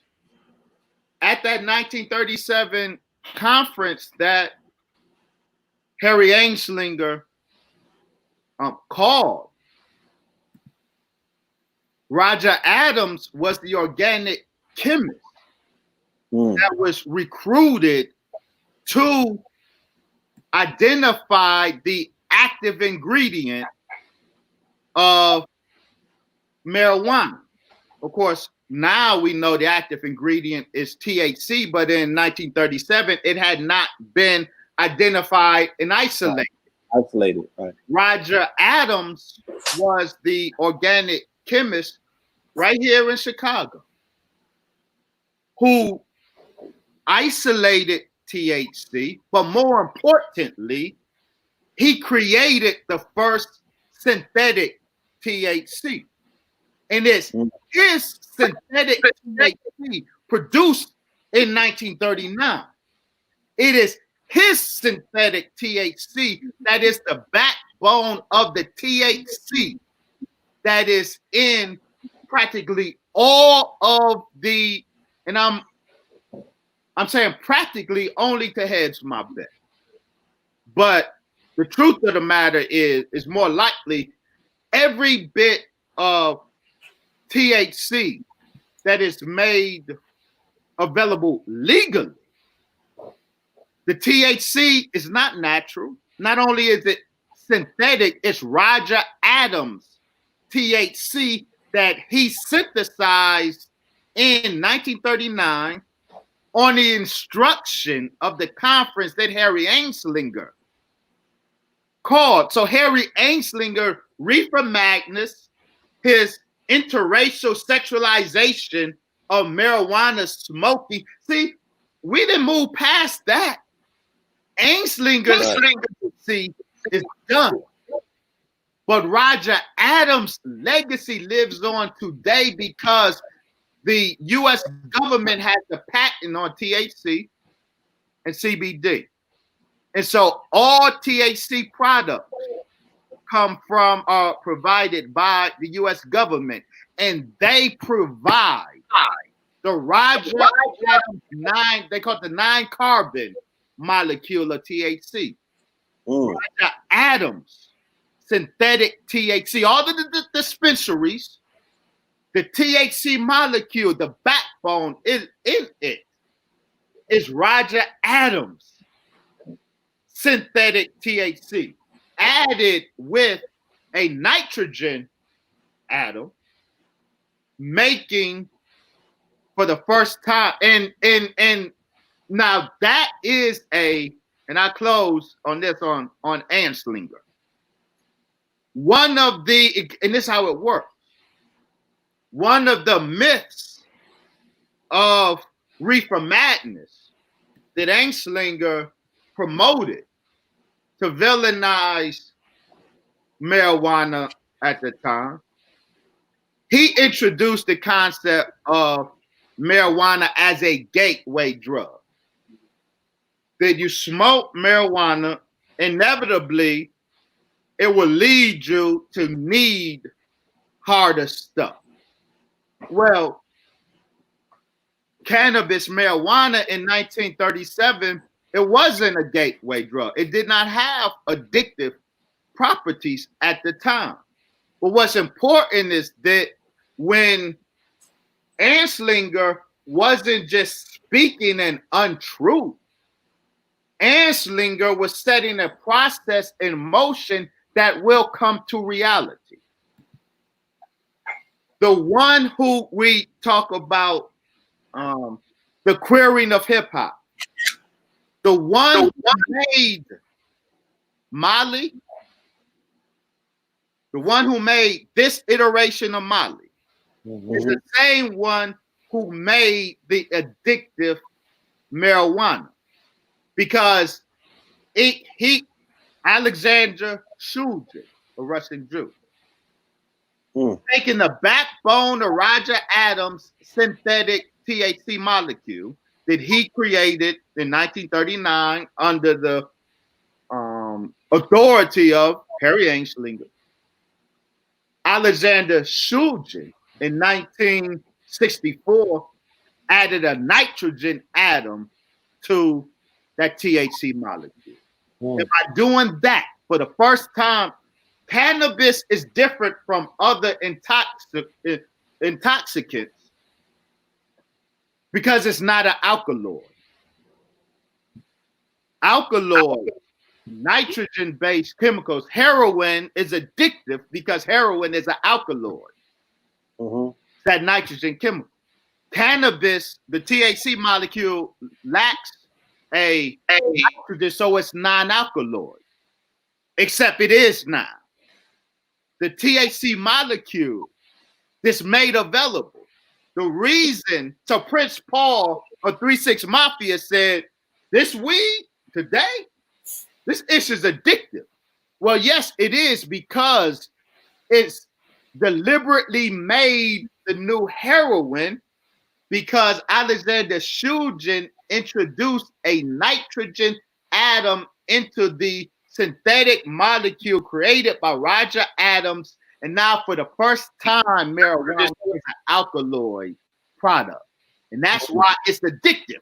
So people smoke it, people deny being addicted to it, but keep it 100. The reason you smoke every day is because you cannot smoke every day. Yeah. Because it is addictive. Now, natural cannabis isn't, but natural cannabis is not an alkaloid. And you know, anytime made an alkaloid by the introduction of that nitrogen atom in Roger Adams' synthetic THC. Anytime you hear anything with the word head in it, it denotes some form of addiction. So a crackhead and a weed head, you know, are not that much diametrically different. And it, to me, it's upsetting that they would always use the legacy of Sebi to condone, you know, heavy smoking. And I'm like, if Sebi was against hybrid plants, period, I think that that would primarily be inclusive of the cannabis plant as well. You know, so I would concur, and I would say that the family needs to do a little bit more research, because when I got into researching hemp and more so into the industry, and I started visiting dispensaries, I mean, it's a chemicalized plant. Like, there's so much artificialness that goes into cultivating and growing it. There's not too much natural about the process. You know what I'm saying? Now, hemp, you know, you can grow hemp wild, and you know, it hasn't gone through all of these levels of mutations. You feel me?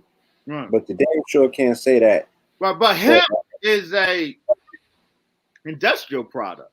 Right? Yeah. Everybody's smoking hemp because hemp ain't the reason. You know, they distinguish hemp from marijuana because the THC content in the two. Hemp, yeah, 0.03. But people are now starting to smoke hemp because of its calming effects and its medicinal. You know, so my question to that will be, because we like throwing names around, right? So people may be smoking something that they are calling hemp, But what distinguishes legally hemp from marijuana, those are two technical designations legally. Marijuana is a Schedule I drug. Hemp is not. The difference is the THC content. Percentage 0.03. Yes. Right. Wait, what has 7? What did you just say? 0.03. Yes, yes. That's hemp. Yes. Which is also natural cannabis. Yes. And so 0.03 percentage THC ain't getting nobody high. No, yeah, like I said, although it's not getting people high per se, people are still smoking it for the calming effect, So right? people are smoking a hemp product with 0.03 THC in it? Yes. 0.003 and lower. Yes. Because it is operating, like you said, the entire plant has an entourage effect, but the actual CBD or the hemp, it has a calming effect. You know, it has more of a medicinal effect, so people are able to, you know, bring themselves to a level of balance. Because a lot of people are naturally hyperactive without smoking the loud. Let me ask you something. Yes. You certainly, I have to learn this from you guys. You mentioned Dr. Sebi. Shout out to the great Dr. Sebi behind you. You said something just now that it wasn't my understanding. So you tell me before I respond. What I've seen Dr. Sebi defend smoking marijuana. I saw his children and Asami Bowman on a Breakfast Club. And they talk about marijuana, and Asami Bowman made the inaccurate statement, quote, our body naturally produces THC. That is a profoundly wrong statement. It's a popular wrong statement, but its popularity doesn't make it any less wrong. It's very wrong. We could talk about that. But I did, hearing what you just said, my understanding, which I'm not an expert on, right, Dr. Sebi. So are you saying that Dr. Sebi is not or was not a big promoter of smoking marijuana? Did he nuance that in any way? Because I just heard him in this video talk about God made it, and I can smoke this shit if I want to. Yes. What I'm saying is that where Sebi lives at in Honduras, a lot of the marijuana is still widely grown. You know, there's no alteration.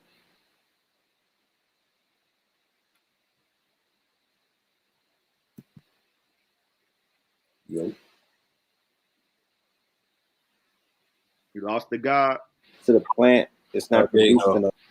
Hello? Blue, your screen froze. Bring it back about. Yeah. You froze for 60 seconds. Yeah. What I was saying is that, you know, the weed that I know that he mainly consumed or what have you was weed that was wildly grown in Honduras, and I don't think that weed had any alteration to its THC level because it was wildly grown, you know, marijuana.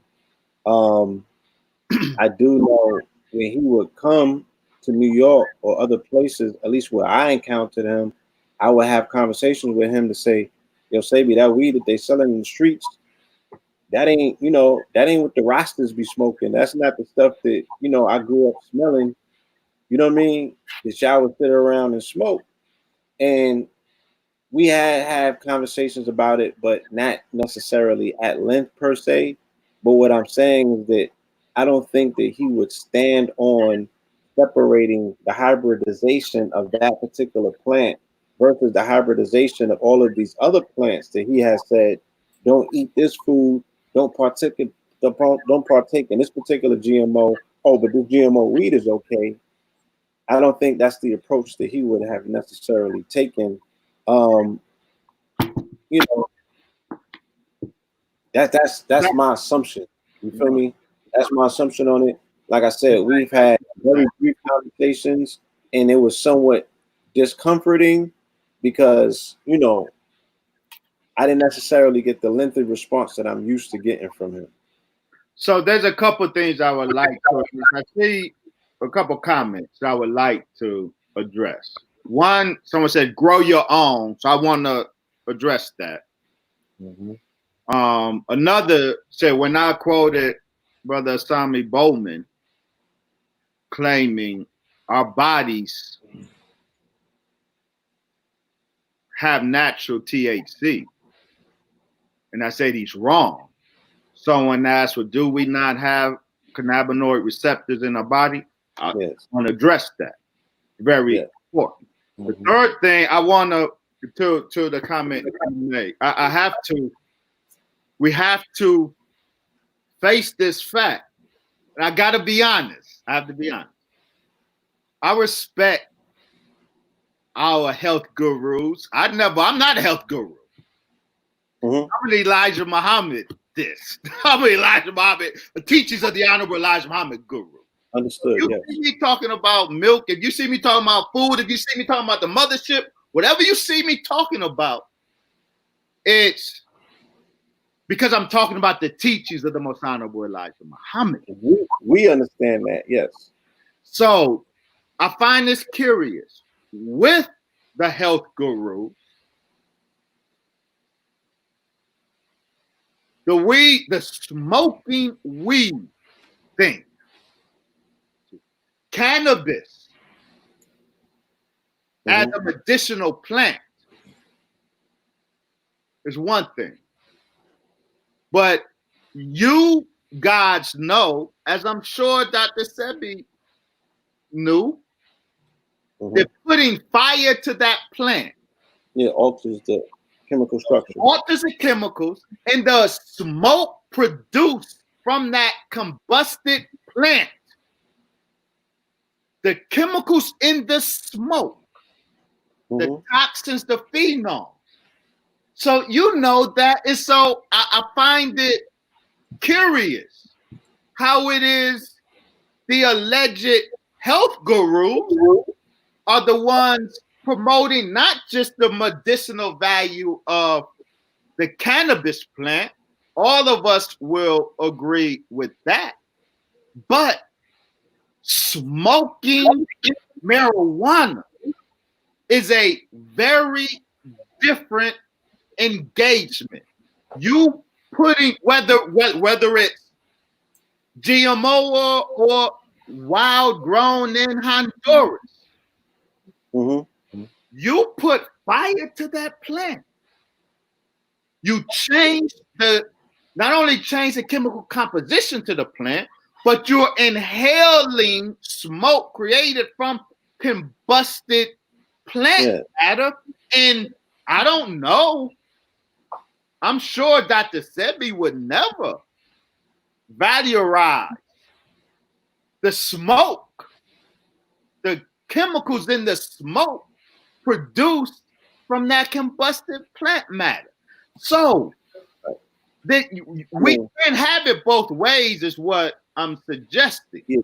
It is often said, that people are addicted to the smoke more so than the plant that they are smoking. You know what I'm saying? And when someone becomes addicted to bad something, news is in that smoke. Yeah, when someone becomes addicted to something. So when I say this weaponized weed feminizes the black man. Let me just finish this last piece. Okay, I'm sorry. When someone becomes addicted to something, they are going to find ways to advocate for it. They're going to find ways to normalize and popularize and do other things. You become an agent of your addiction, and the same could be said for the Rasta community. Yeah. You know what I'm saying? Because they are health advocates and some of the foremost, purveyors of information when it comes to medicinal plants and herbs and everything. More so before any of this, we should say what? That weed was a sacrament, right? It was medicinal, but when it was utilized in sacramental settings, and that was not recreation, ceremony, not recreationally, and that's the main mistake. Point blank. Period. Right? It was sacrament. Right? So for ceremonial purposes, that's what the priesthood, went to look for when it's time to go to war. You know what I mean? You lace it with that hashish. You don't lace it with the hashish when you hanging out on the block. That's not what it's for, right? There's a spiritual component to that plant. I've been reading ancient, antiquated documents when they speak about the name of the spirit that comes with that plant. You have to call on that for specific purposes and reasons and meanings, and it should not be abused. It's not an everyday recreational situation. Anytime you abuse anything, like you said, now you're an addict, you're a head, you're a this and you're a that. And you are no longer serving the higher purpose of the relationship with that plant. You are in service of your addiction to the smoke from that plant, because the plant itself is not addicted, it's the smoke. Right. Red, you want to say something? I was just gonna ask that when you cook meat, do you consume flesh? Are you asking, do I? Yeah, chicken. I dab. I'm trying to live up to the standard. We should not. You will never catch me defending eating any meat. The most honorable Elijah Muhammad said the diet for us is vegetarian. So there is no defending eating meat. Eating meat cannot be defended. And you ain't, and I'm not the fool to sit here and try to do what can't be done. Indeed. Cooked or raw, no meat is for human consumption. For the family that's out there who want to, still receive the medicinal properties of the plant, in your research, drinking the marijuana as a tea, what does that, what does that come back as for you? So it's important. So first, let's have an agreement that the discussion of medical cannabis is a totally different discussion than smoking weed. Indeed. Those are opposite discussions.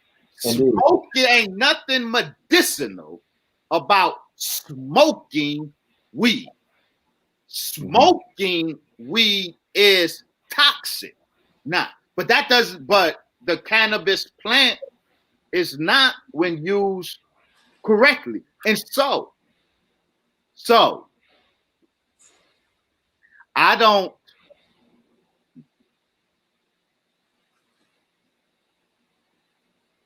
I always use this analogy. When my wife lays down to engage in the ultimate divine act of birth, right? Yes. My wife lay down to give birth. The Honorable Elijah Muhammad said the pain of birth is equal to the pain of death. For every woman that lays down and bears a child, she dies. She experiences death to bring a child. I say that to say this. So, we ain't never experienced that as men. Right.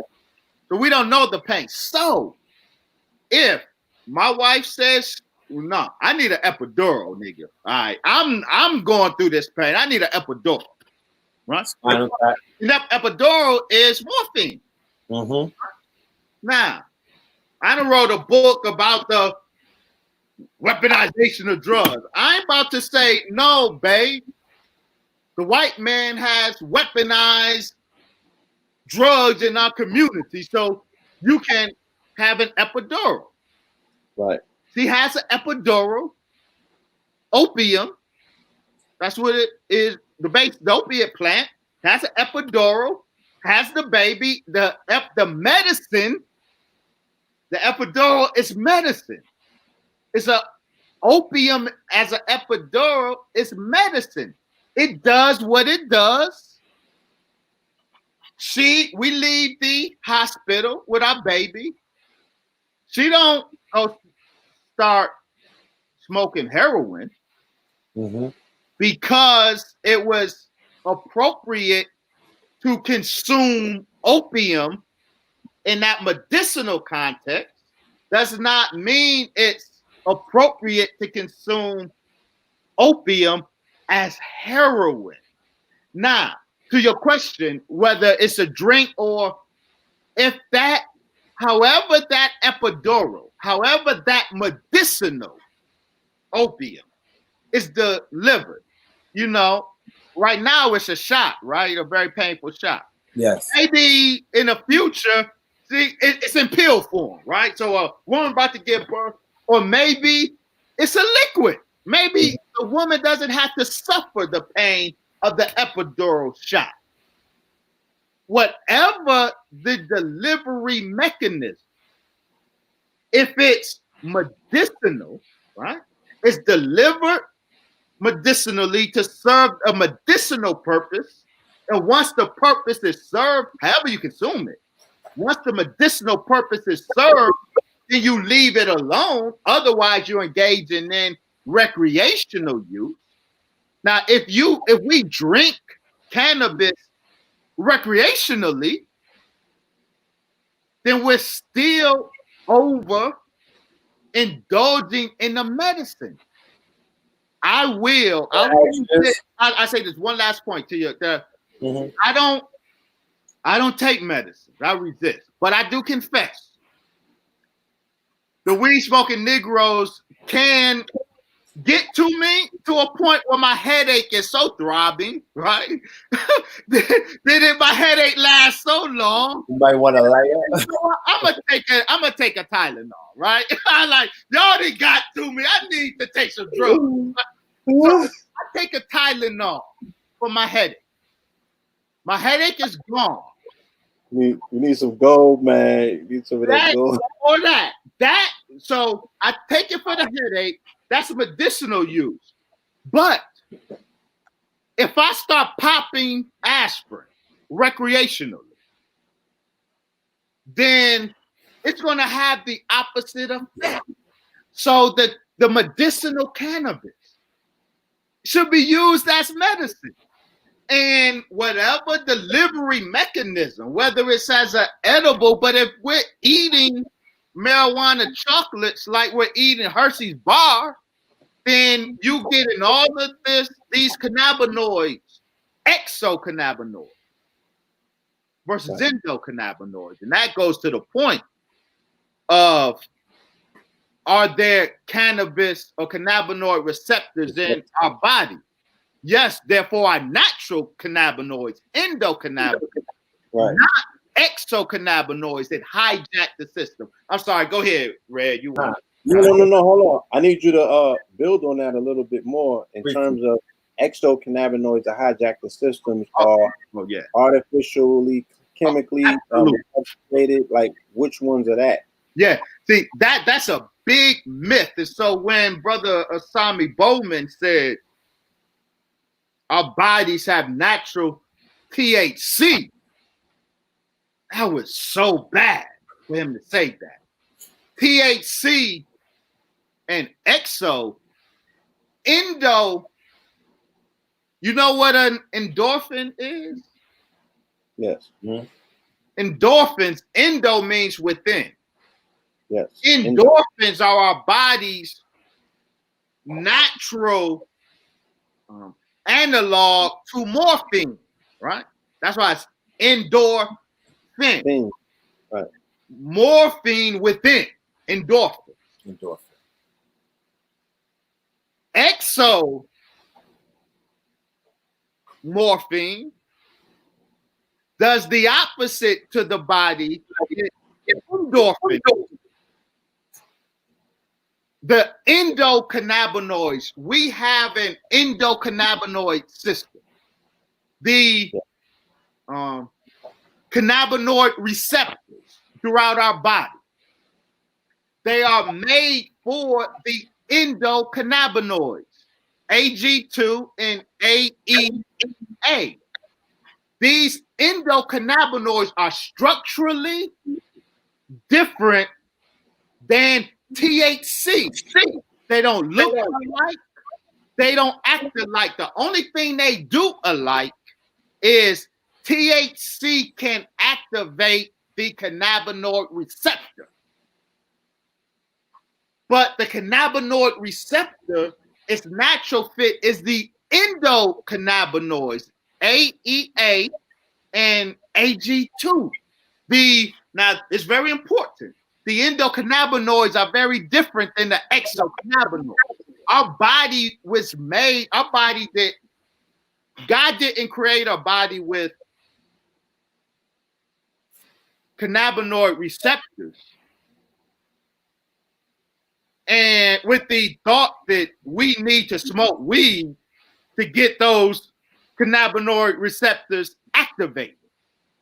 He created the natural activators in our body to activate those receptors. They are very different from THC and CBD. So endocannabinoids do the good without the bad. Exocannabinoids can do the good by activating the receptor, but it also does the bad because it's foreign and it don't fit. It's structurally different from the endocannabinoids, and structure is function biologically. Form is function biologically. So THC hijacks the system.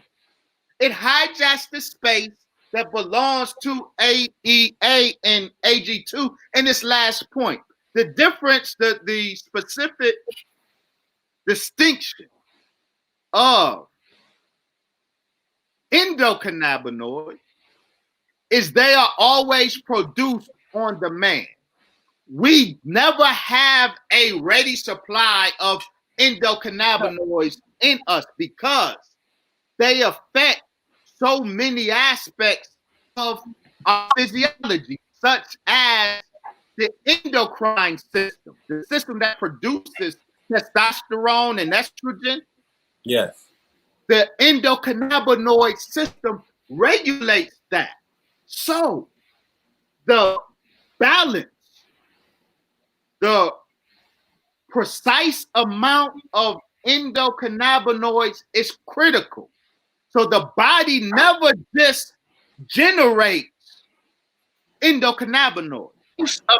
It generates endocannabinoids on demand when they're needed to do their job, and that's it.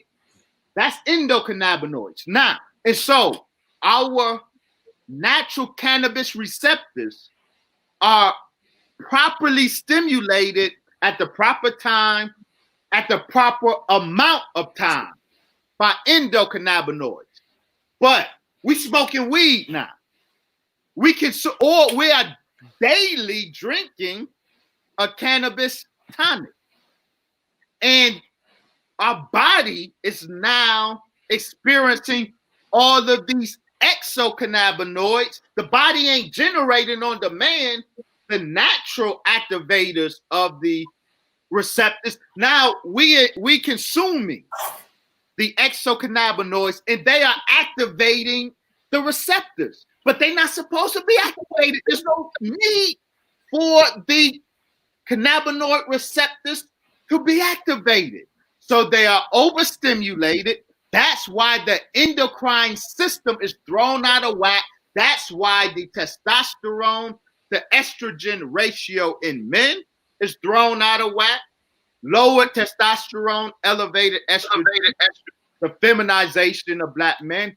And in Black women, I document the masculinization of Black women because the overstimulation of the receptors increases testosterone in women and diminishes estrogen. So we are a gender neutered people, but we have to get it lifted. So no, Asami, our body don't produce THC. Our body produces AEA. Our body produces AG2. They are structurally different. These endocannabinoids are structurally and thus chemically and functionally different than THC. So that was an extremely wrong and irresponsible comment.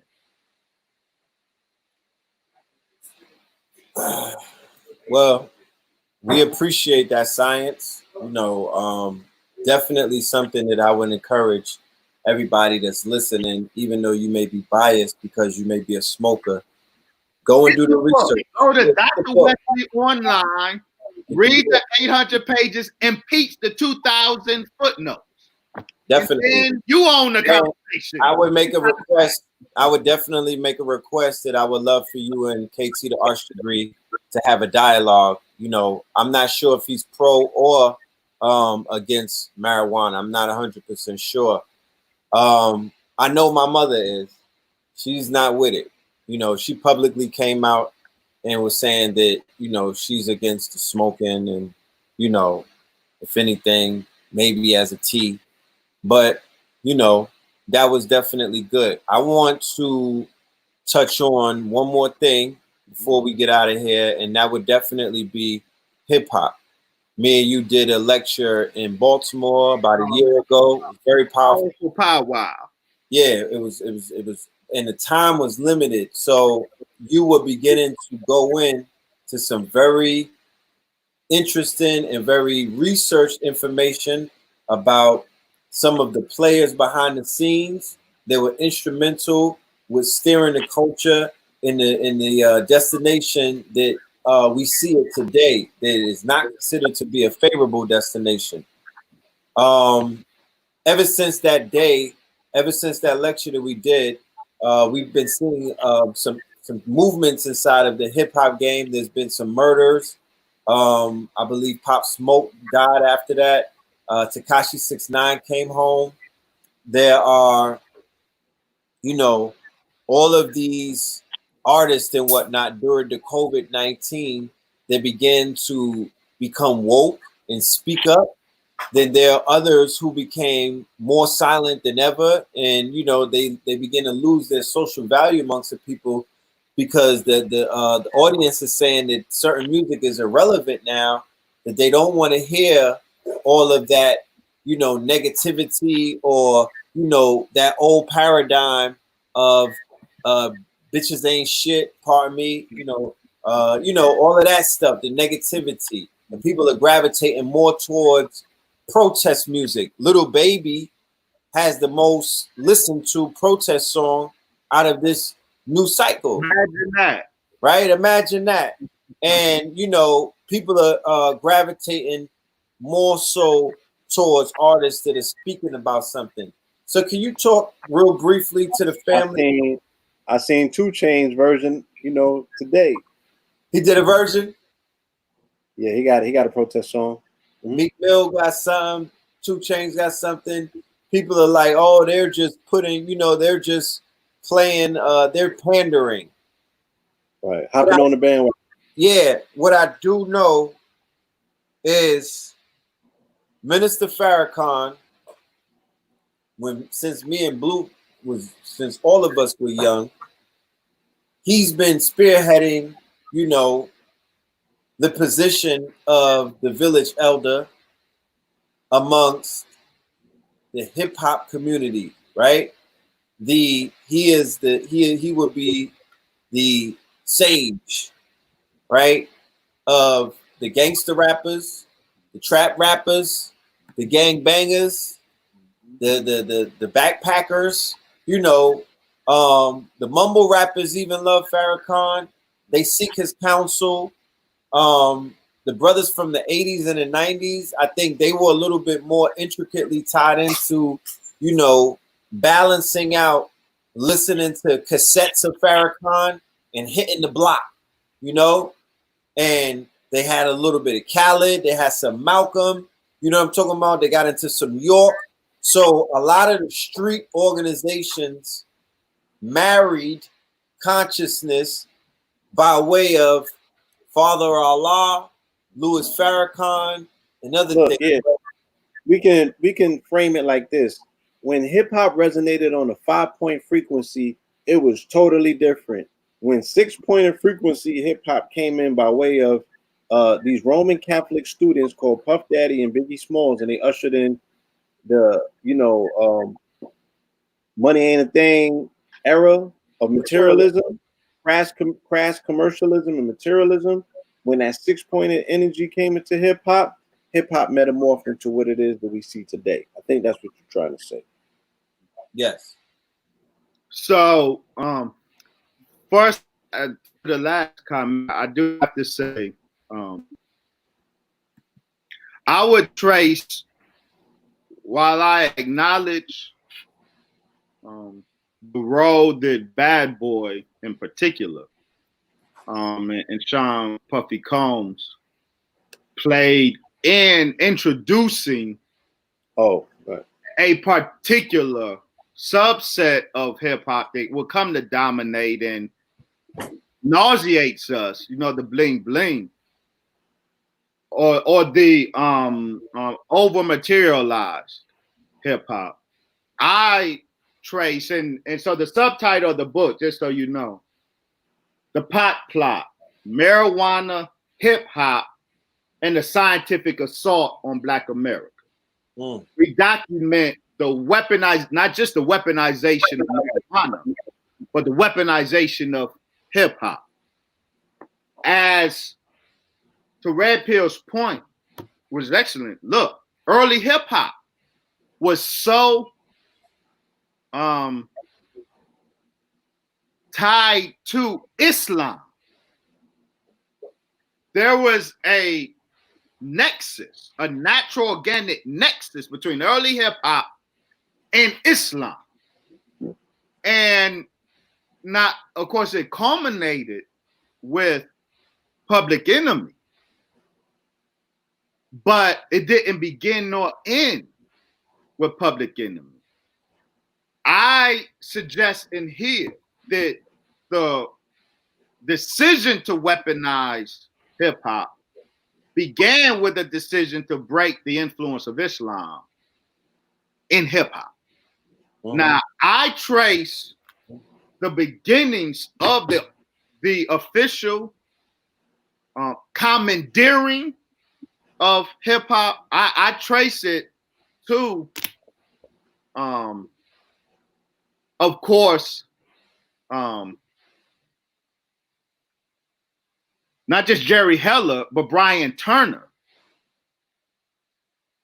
Who's Brian Turner? Everybody talk about Jerry Heller's role with NWA, the Jew, but Brian Turner is the bigger Jew that financed.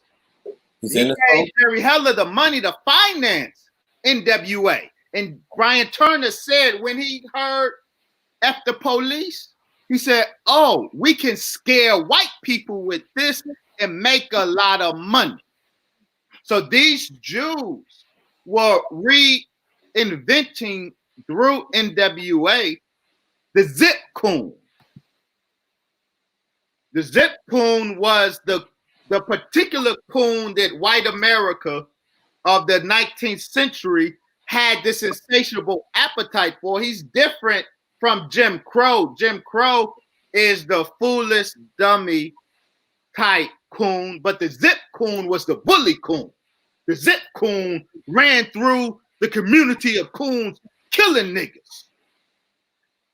White America had an insatiable appetite for the zip coon, and Jews provided the zip coon. That's why Brian Turner and Jerry Heller, when Brian Turner heard F the Police, he said, oh, I can frighten white people and make a lot of money, because he was repackaging the zip coon.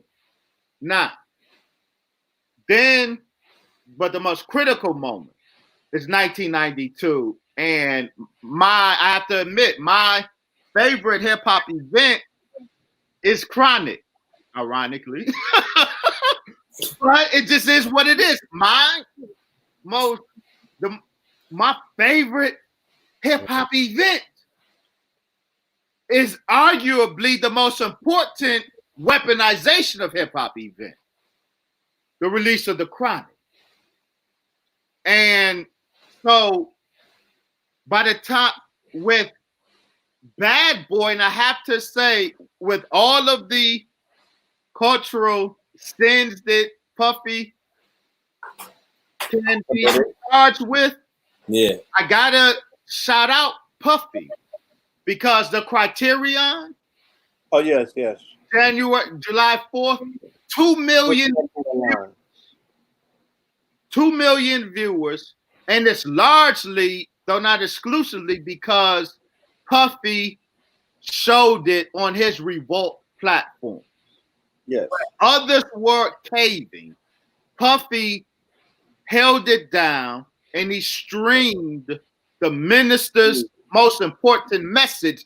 So, what his cultural sins yesterday, to me, he made up with standing up to the enemy and showing the man of God. Now, but that, so Clive Davis financed Bad Boy. Clive Davis is part of the Jewish gay mafia. I said that I hold Clive Davis responsible for the death of Whitney Houston because of Clive Davis's drugola program, not payola, drugola. Instead of money as the exchange, the pay-for-play exchange, drugs were used. Clive Davis, and he would pay his black artists with drugs. And he took, obviously, he made Whitney Houston his special project.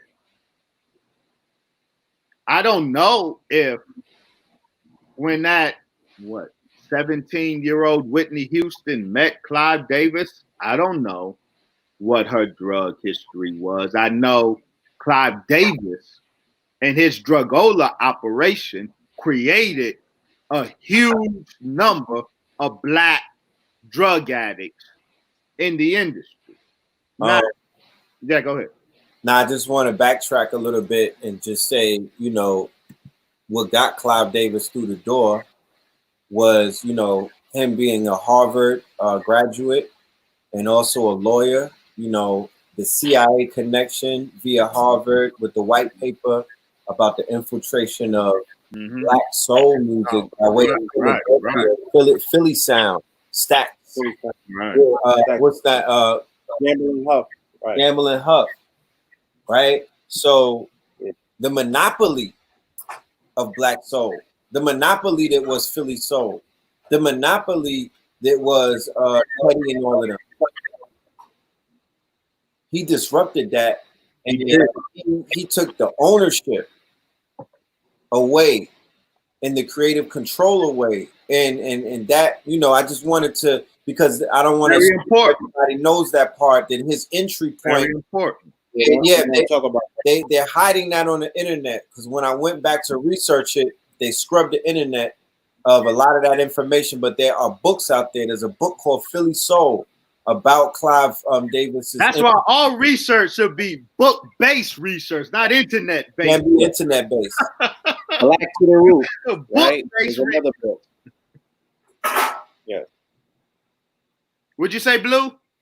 There's another book called Black to the Roots, where they speak about the CIA commissioned a white paper report, or Harvard, should I say, and they commissioned him to carry out that hit job on black music, black soul music, because the CIA was terrified of the prospect of Bob Marley going on tour with Stevie Wonder.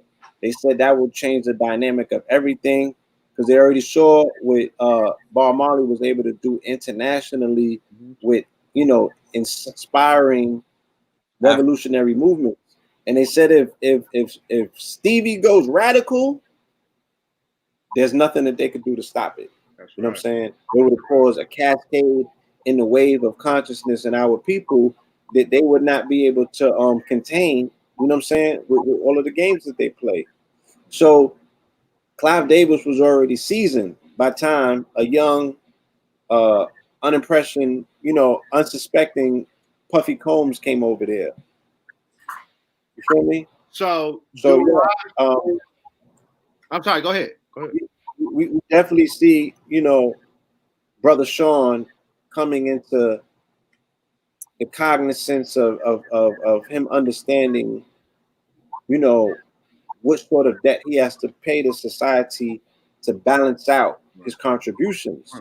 So we do acknowledge and honor him for standing up, not only with the criterion, he has been utilizing his platform through COVID. He's evolving. And to we speak have truth to let all of us grow. Yeah. Now, do I document that Clive Davis has played a role in the queering of hip hop? Yes. Am I suspicious of the $65 million Clive Davis fronted Brother Sean Puffy Combs to start up Bad Boy Records? Yes. Do I wish that money would have come not from Clive Davis? Yes. Do I think hip hop would have traveled, at least that portion of hip hop would have traveled a little differently if Clive Davis and the Jewish gay mafia in the music industry that he represents? Do I think things would have went a different direction if Puffy was not connected to that? I do think that. And that is true, and we cannot brush that under the rug. What's also true is Puffy's growth and evolution. It seems like his determination to be a positive cultural force for his people.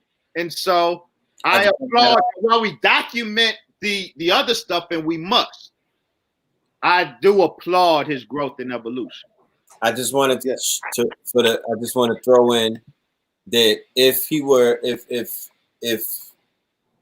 Clive Davis wasn't in the picture, Nas, Wu-Tang, and a few others would have been allowed to flourish a lot more, because in those days it was that bad boy push, right? With all of those resources, right? The radio connects and those the red tape that Clive and all of them were able to pull, for Puffy and whatnot, that blocked out the rise of a Nasir Jones, that blocked out Queensbridge rap, that blocked out what Wu-Tang was bringing, because they were bringing back what we spoke of previously.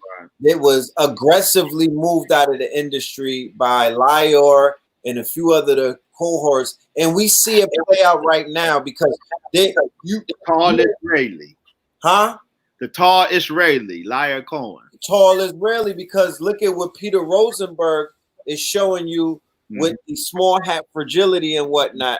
He did this today. I like that. This is how ingrained they are into our dysfunction.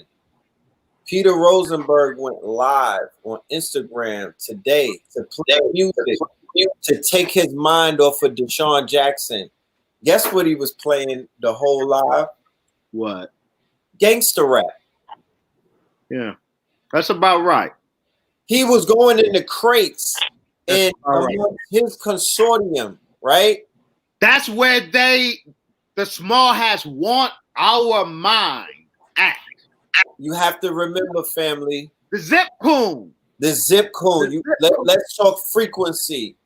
And when we speak frequency, let's speak about when we are in the presence of the others and on different, and let's talk about the channels that we are on when we're around them, right? There's two channels. One channel is that you're on their channel with them and you're vibrating on their frequency.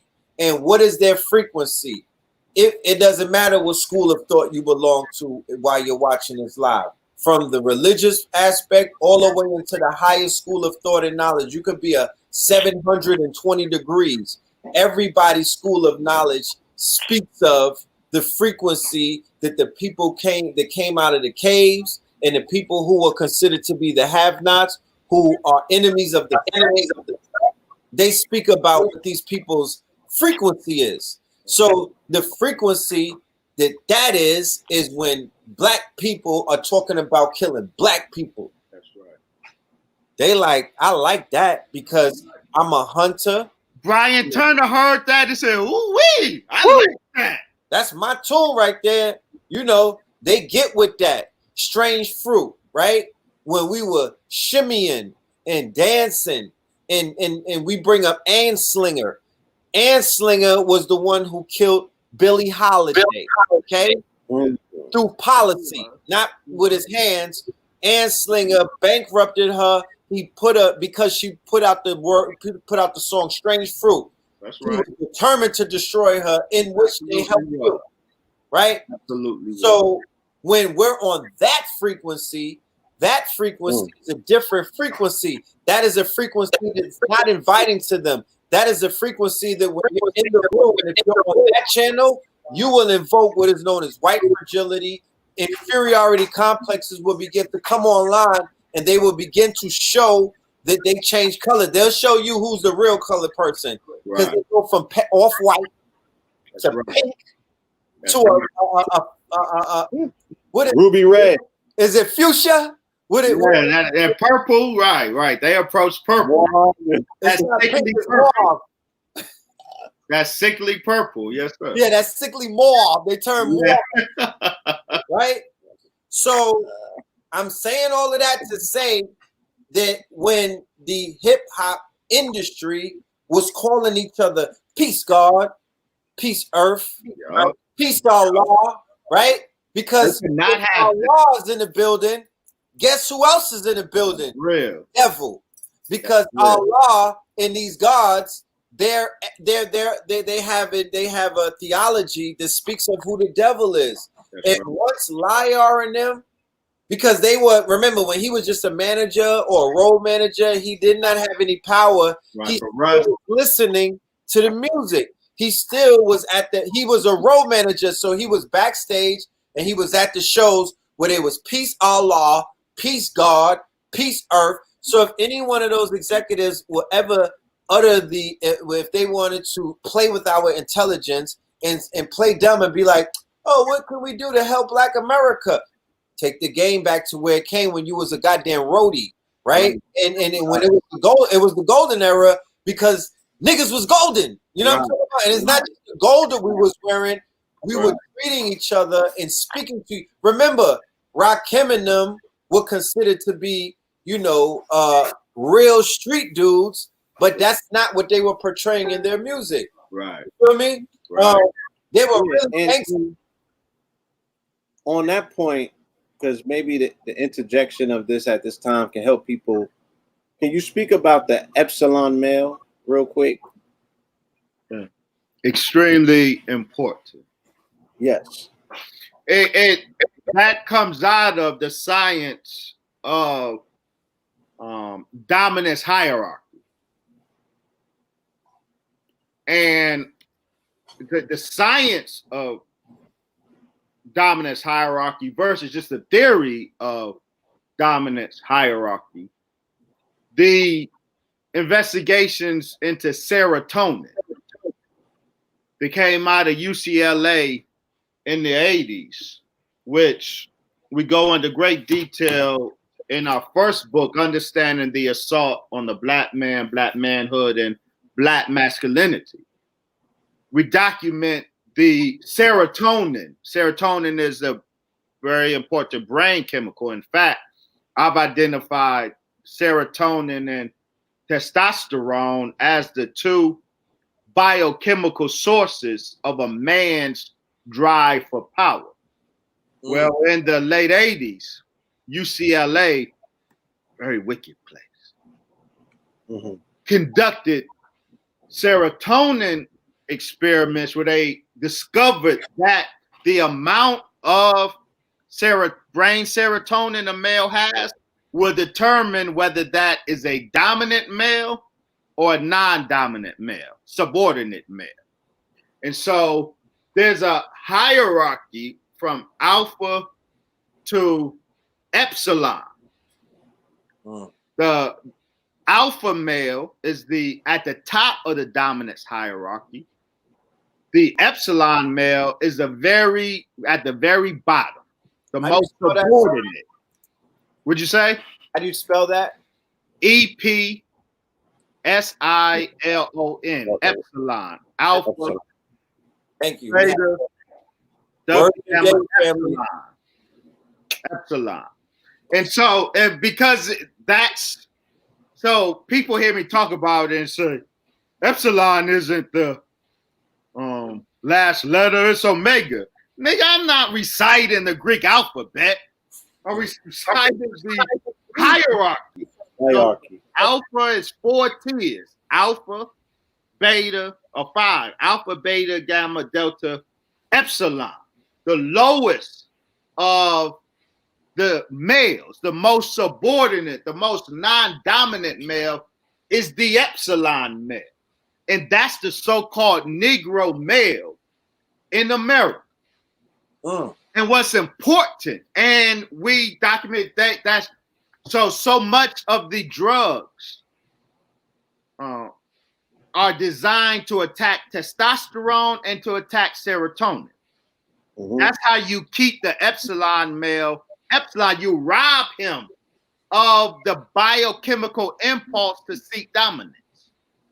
And by the biochemical impulses come from serotonin and testosterone.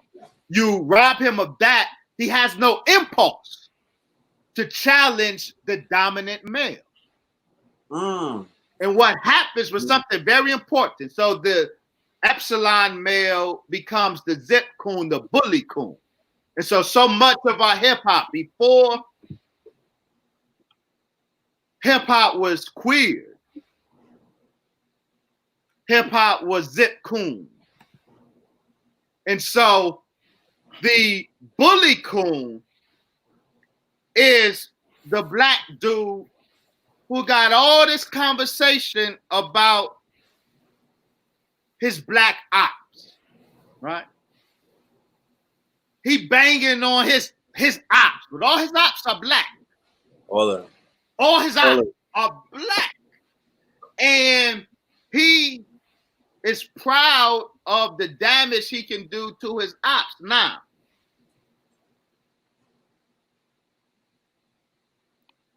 Oh, I don't know. So, an epsilon that is bullying another epsilon, ain't no G in that. That's called bully cooning. Hold on. An epsilon. I gotta do it. I gotta show the example, man. Show it. We can't let this get away, Brother Wesley. Show it. Now. We gotta show it all, man. We gotta let the people see the exact example of what an epsilon male. You know what's a bully cooning? This is a perfect example of bully cooning because it took place yesterday. Here you have a man who's been wearing a dress most of his career. Young Thug. But he's known, right? And I'm not putting nobody's business out there because everybody knows what it is. He's known for the gun game, right? He's known for his work in the streets. And I'm not going to speak no man's business on this YouTube or whatnot. But let's just say that he's known for being active against his own. Right. Right. His ops. His ops. Leo Cohen put him in the dress. That's right. This is a Leo Cohen investment, right? This is Leo Cohen 2.0. That's right. This is the 300 record label. That's right. Young Thug, the label. That's crowning achievement, right? That's right. Would say Blue? That's his crowning achievement. That's He right. is the full breakdown to the extraction of testosterone. That's He right. couldn't quite get it with Jay-Z, but they achieved it with a Young Thug. That's right. Oh, he's a menace in the streets. People fear him. Oh, we could put this nigga in a dress though because we see the bitch in him. That's right. Struggle. Right. Real talk. Right. All right, let's play this real clip.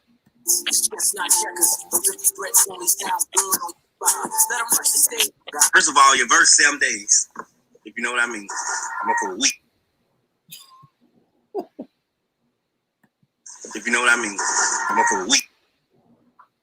Hold on, I got a little buffer. First of all, your verse 7 days, if you know what I mean. I'm up for a week.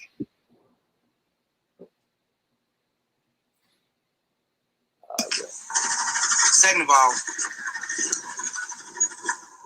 you already done goddamn, you already went crazy. Come on, load it and preference it in the meantime. I'm trying to load it.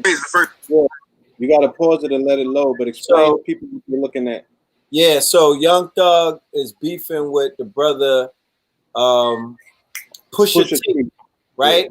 Both of them not necessarily alpha male types, you know, not known to be the aggressors. Put Young Thug being the most epsilon out of the two because he's the epsilon alpha. Yeah, he's an epsilon alpha. You know what I mean? But like you said, the normalization of it, the acceptance of it, the making him the alpha in the industry over all of the young dudes. Like, nah, he's him. Like, don't play with him. You know, look at Wyatt Lucci. What does he get shot at every weekend? You know, there's an ongoing drama with these two. And every other weekend, he gets his car pelted with 30 bullets. So there's a lot of, and you know, Young Thug being from Atlanta, he's not by himself out there. You know. First time, so you ain't even got it. Ain't nothing but a sucker going on double takes and triple takes and quadruple takes. You should have just got all of that on the first song. You put the first song out. You ain't even had to do all that on those niggas. You just feel like you ain't gonna get enough views on your own shit, so you came and put some bullshit on a whole nother a nigga who's resting in peace music, trying to fuck up a nigga whole vibe.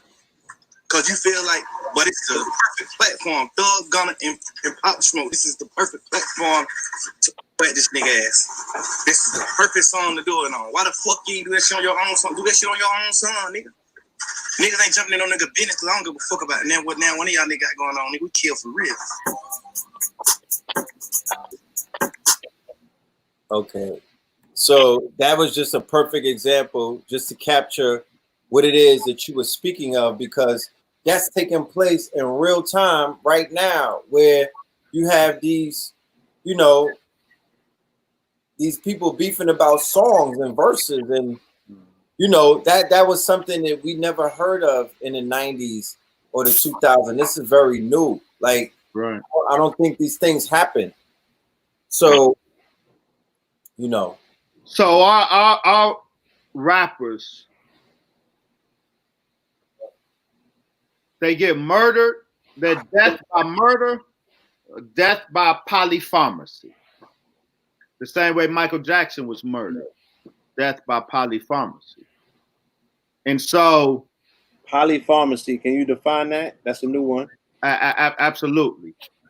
Many drugs. Many drugs, right. So, in Michael Jackson's case, he had a very awful cocktail of drugs running through his blood when he was killed. Propofol was just one of them. That was a fall drug. The others had to disappear in the narrative because the other drugs connected to people. The Demerol connected the death to Conrad. No, Propofol connected the death to Conrad Murray, the black doctor. Right. But the Jew, Arnold Klein, who is David Geffen's, who was with David Geffen in the Jewish gay mafia. Right. Had Demerol that was really the kill shot, the kill drug was the Demerol, not the propofol. But the Demerol had to be disappeared because otherwise it will connect to Arnold Klein, which will connect to David Geffen and the Jewish Mafia. And remember, David Geffen was at the top of Michael Jackson's enemies list. And the other drug, Milazadam had to disappear because that's the drug that the CIA was experimenting with. It was the CIA's choice drug to induce learned helplessness, spent $80 million on an experiment on inducing learned helplessness with this drug.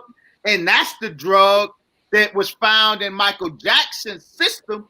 And Michael Jackson suffered from the exact learned helplessness that the CIA used that drug to induce. So that had to disappear. All we hear about is propofol and Conrad Murray. But the synergy of multiple drugs is polypharmacy, death by polypharmacy. And so now rappers, their street cred is based on how many drugs they pop. The spectrum, so they got to brag about the spectrum. Or just not enough to smoke weed. You got to smoke weed, pop perks, pop Molly. You got to do it all. And drink lean. Got to drink it all. Got to wash it down.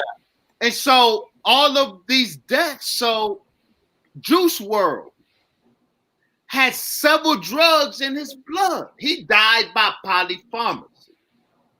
And so all of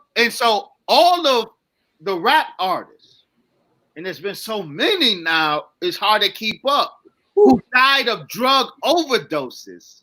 It wasn't just the overdose of a single drug. They took too much crack, too much cocaine. In every case, the drug death was caused by the interaction of multiple drugs. They died by polypharmacy, death by polypharmacy.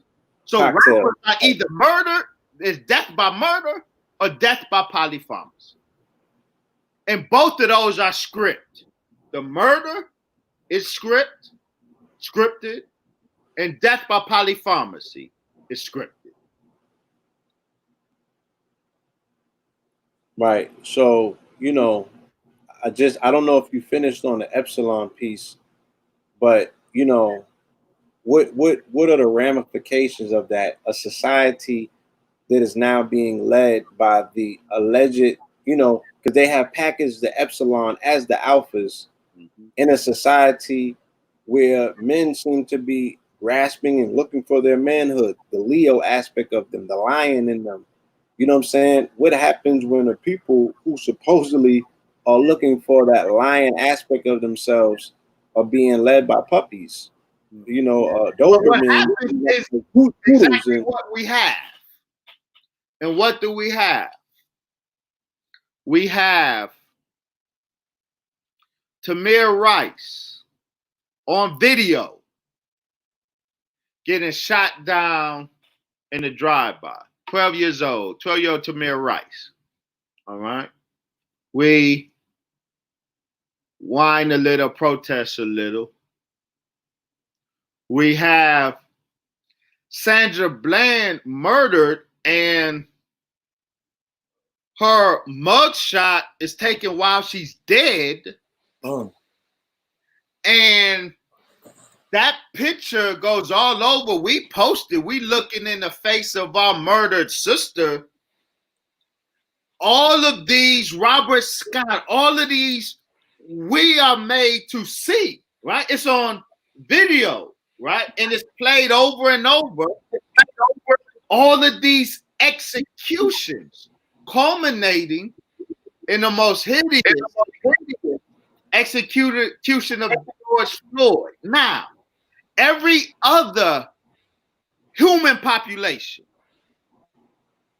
who not only is forced to endure that, but forced to witness it, will naturally rise up against such torment.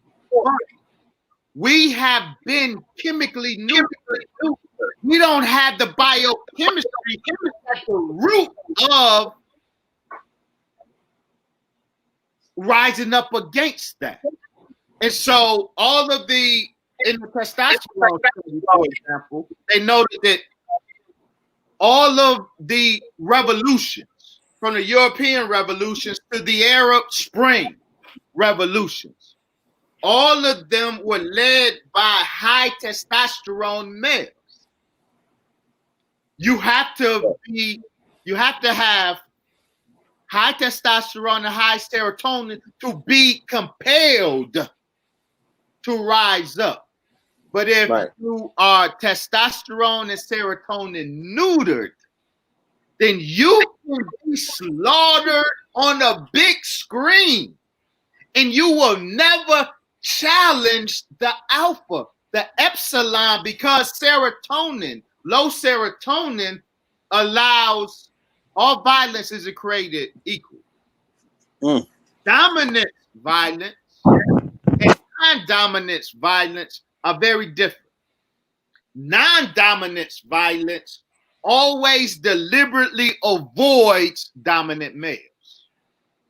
All non-dominance violence, its signature is that it is always and only directed at other non-dominants.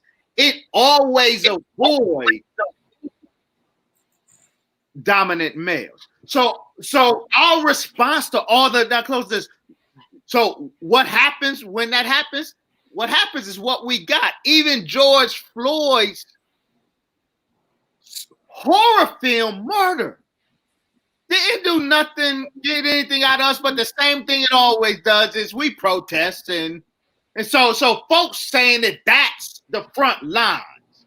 Niggas saying that protests, George Floyd protests, led by Black Lives Matter and the Boogaloo Boys, the violence is from the white racists, the turn up is from the white racists.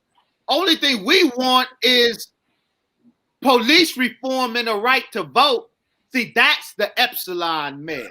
Always avoid confrontation with dominant males.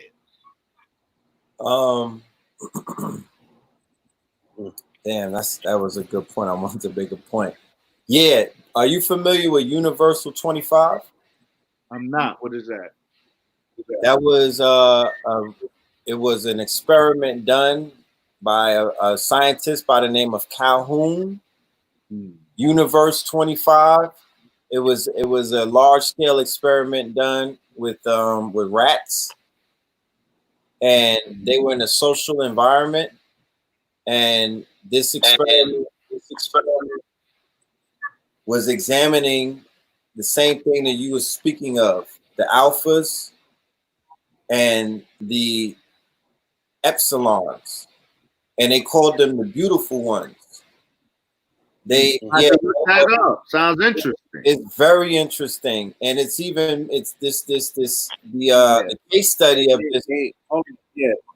They put them in the projects, and they were they were depriving them of food and resources, and they were showing that through generations how they would respond to these particular pressures. And when it got down to like the fourth or the fifth generation, they were only there was a segment of them that was called the beautiful ones, that they only were concerned with glamour. They didn't want to necessarily procreate. You feel me? But they would get violent at particular times, like on some young thick shit. They want to wear dresses and nails and look glamorous, but they will kill you. You feel me? They don't want to procreate. They don't want to do none of that. Exactly. Yeah, they homo thugs. You feel me? So all of this experimentation was done in the 60s, where they utilized rats inside of a project model. And they came up with all of 25. Was that it? Yeah, Universal 25. It's very, very detailed research. There's videos on it. There's actual literature on it. It's been said that the case study helped them develop public housing and whatnot. because these rats were set up, the mice were set up like as if they were in public housing, and they were watching. They were examining the decay over multiple generations of these rats and things of that nature. And like Blue was saying, the non-aggressive ones were violent, hyper violent amongst themselves. And if you look at the social engineering that's taking place with these organized protests, organized events, organized opposition, these permit patty marches, you know, with these groups that are communicating in private, you know, and they're being funded by NGOs and all of these other private investors that we know that that's not us. What is this? Some old people in the South cutting a check? No, yeah. So the experiment, and then when we find out that they're adding in quantum computers to enact models, right? They're utilizing, you know, because you know they captured everybody's images via drones and via airplanes. They were all of those. You know, they're showing you the 100,000 marchers. But there's a drone showing you all of them. Well, there's drones that are more powerful than that commercial drone that's showing you. They're flying over miles of people. But there's also airplanes, there's also satellites, and there's also higher, you know, there's planes that are more technologically efficient that are taking facial recognition of every single person that is marching. They have the technology to where they could do a panorama shot. If your iPhone 11 could do a panorama of a whole room, I don't care if it could be 1 million people in that room. You could take your iPhone and panorama shot and then blow that up on your computer and see everyone's face. They could take a picture of that whole crowd and run it through a quantum computer. The quantum computer is running computations of 200,000 computers at 1 second, 200,000 classical computers, which would be the computers that we all use right now. It's running a computation of 200,000 computers in a 1 second mark. That's what quantum is doing. That's deep. Yeah, and the government, because of the COVID and the crisis of the COVID and the pandemic, quantum computers are now accessible and online to all governments and average citizens. I have access to what is known as the D-Wave computer by way of what is known as a cloud-based program called Leap 2. Leap 2. They give me 1 second free. I get to use it for 1 second. But people would be like, they'll laugh at that 1 second. Because you could get it in. Yeah. Wow. Right? So there's a lot of things going on in the realms of engineering in this modern day, what I call industry 4.0, because we've been ushered into a new industry where the technology, the data, and everything is going to be weaponized to lock people down, you know? And I want to end this. I want to end this conversation with the opportune question about the speech that we heard on the 4th of July, the criterion. The minister opened it up with the red and the blue star kachina, right? And it said, time for a change. People who saw the broadcast, they started tagging us. They just saw a red and blue, and it said time for change, but they were not familiar with the context of what that is. I remember when we saw you at the Staples Centers at the coronation, the going home celebration of Nipsey Hussle. We were at the Peace to the God. Peace to the God. And at that time, we were able to witness it live in real time, right there, standing on that floor at the Staples, when Minister Farrakhan revealed to the world the red star and the blue star Kachina Hopi prophecy, right? Are you familiar with that, Dr. Wesley? Yes. Okay. Okay. All right. So I just want to give the context to the family. This is not only Hopi prophecy. This is spoken of in Mayan prophecy. This is spoken of in Dogon prophecy and a few other prophecies. And they speak of the the oncoming of the end of days, right? For anybody that's a Bible toter, a devout Christian, or any of the brothers and sisters that are part of the Islamic faith. I'm only speaking of end of time prophecies and the telltale signs to know that these signs are taking place. Now, in the Hopi prophecies, we're up to the 9th prophecy because 8 of those prophecies have come true, right? There was a prophecy about the oncoming of the European, and that took place. There was a prophecy of railroads. They called it iron iron spider webs traversing the earth, and that was the quote unquote that was the railroad. Yeah, the railroad tracks. Then they spoke of wires, electrified wires in the or string wires in the sky. That would be the electric wires and whatnot. And now we are finally at the last prophecy, and they're speaking about the coming of the great purifier. And they say that when these stars are visible in the sky, a red star, a bright red star, and a bright blue star, either comets or stars, that would be the quote unquote trumpet, the last trumpet that is blown before the coming of the great purifier. And when the great purifier comes, it's been said that everything on the earth, all animals, all organisms will change forever.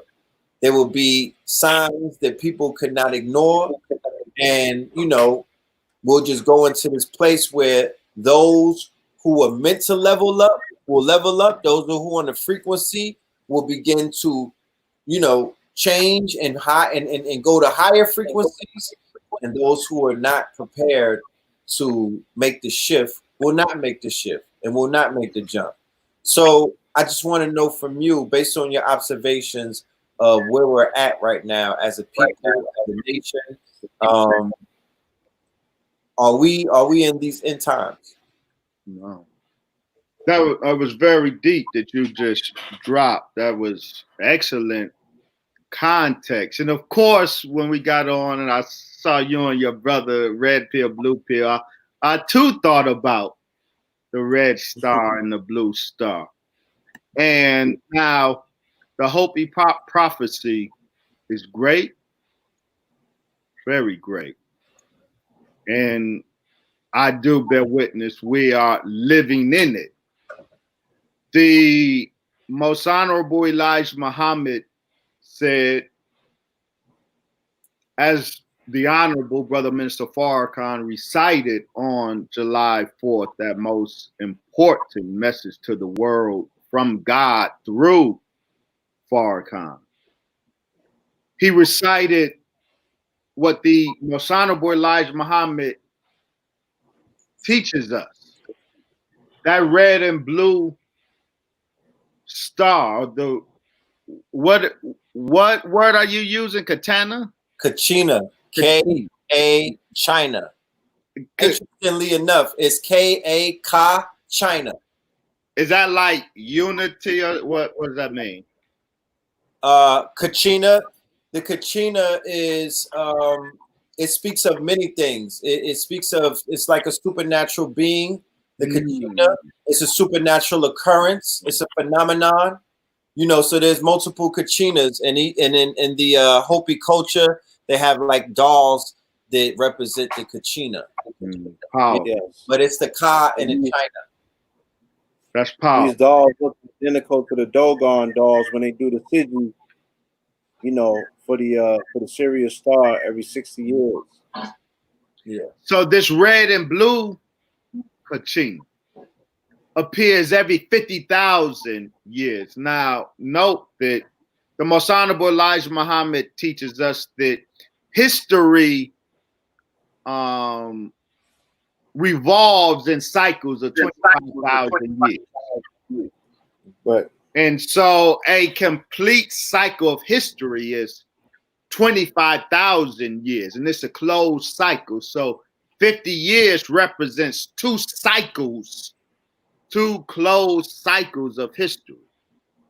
And the Most Honorable Elijah Muhammad teaches that every 2 cycles, after 50 years, these 2 stars, the red and the blue star, appear, and they signal the universal change, a change that distinguishes the coming era from everything that went before it. And the Honorable Elijah Muhammad pointed out that the red and blue star is in the sky, which means your point of your question, the presence of that kachina, red and blue kachina, signals the end of a 50-year period and the beginning of a new period that will be totally different. Indeed. And so we are in that era right now. Now, the Hopi associate this period with a purified one.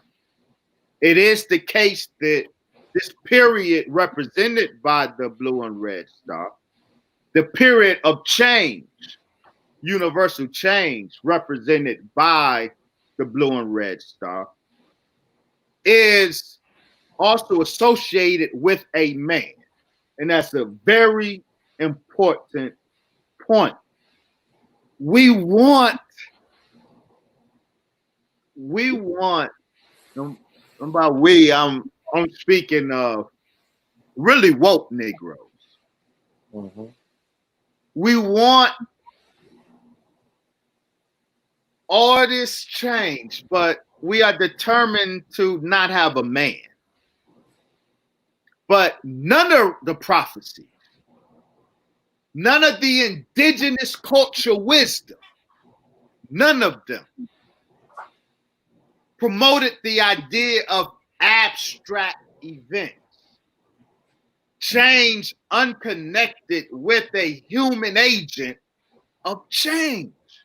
None of our indigenous wisdom talked about organic developments unconnected to a human agent of those developments. As above, so below. So the change represented by this blue and red kachina is associated with a particular human being, the pure one. And that human being, so the Honorable Elijah Muhammad pointed to the stars that was pointed out to him by his teacher, Master Fard Muhammad. And so I would end with this. There are prophecies such as the Hopi prophecy that prophesied the appearance of that kachina. There are indigenous wisdom cultures or bodies of knowledge that prophesied the celestial ships, right? Mm-hmm.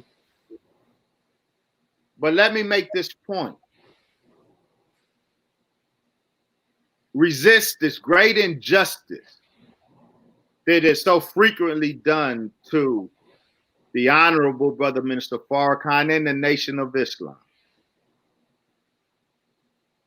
Woke Negroes are so hell-bent on, out of hatred for the Nation of Islam, so hell-bent on benefiting from the knowledge that we offered that at one time was extremely unique. But now, because as time went on, all of the science verifies and vindicates it. But there wasn't Timothy Goods above top secret when the Honorable Elijah Muhammad was teaching on the mother wheel.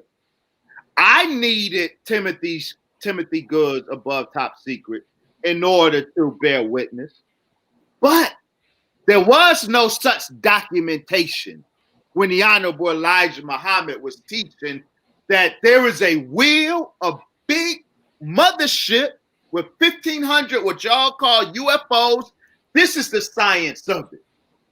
Now it's popular to talk about the wheels, but take it out of our context, as if we did not teach America of it.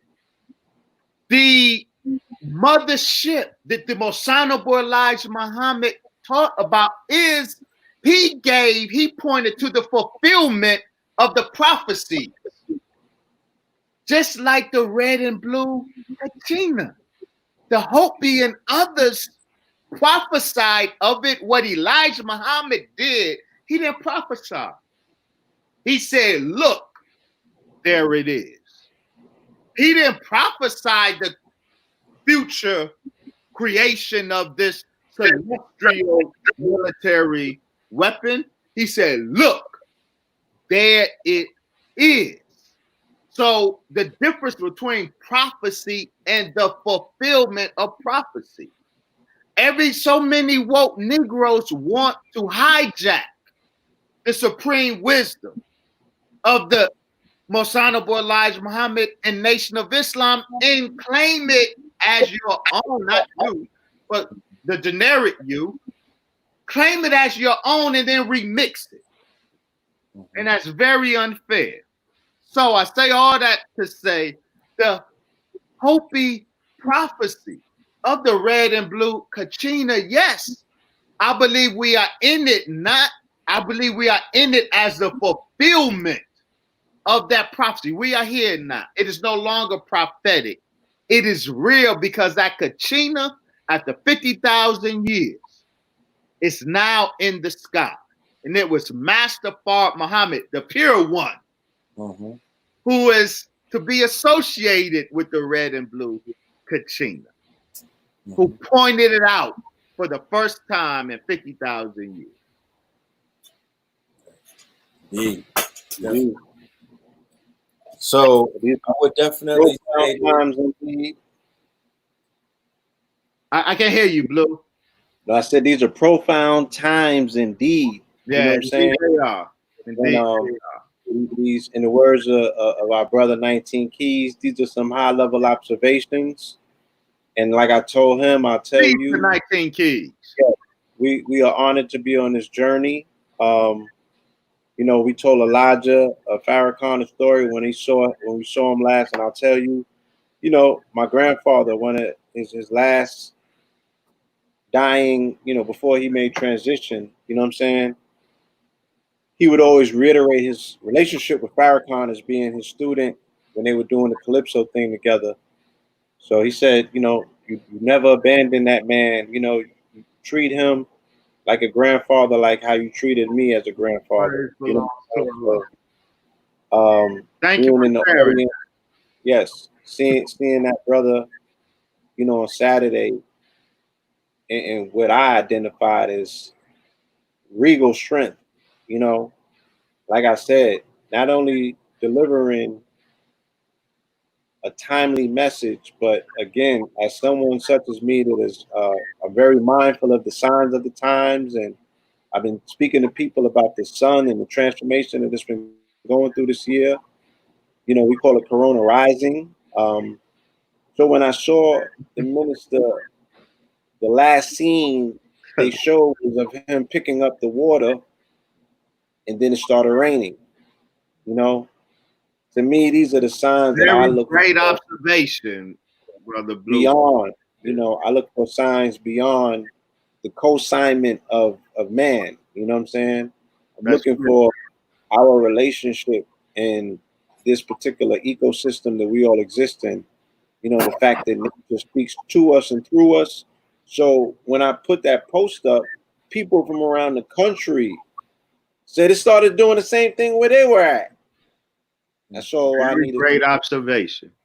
That I had known that, you know, the brother had definitely ionized the upper realms And the atmosphere has now responded with its blessings, and water's always a Thank sign you of for food. sharing that. Yes, There's so much hate in the woke community for the Honorable Minister Louis Farrakhan and the Nation of Islam. And it's really so insidious. If nothing else, this is an elder who put in 62 consistent years. He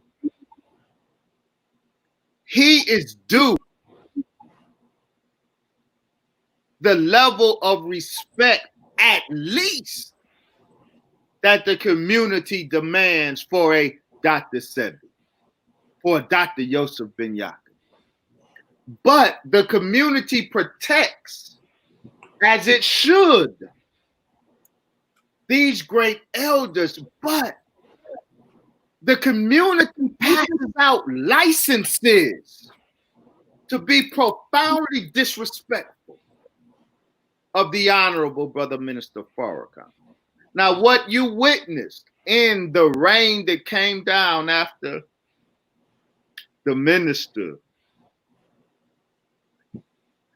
lifted his water, and he called Corona down on Florida, and 11,000 positive cases in one day in Florida.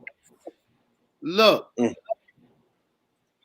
it is an insidious hate for the Nation of Islam that makes one blind to who this man is. I'm like, come on, bro.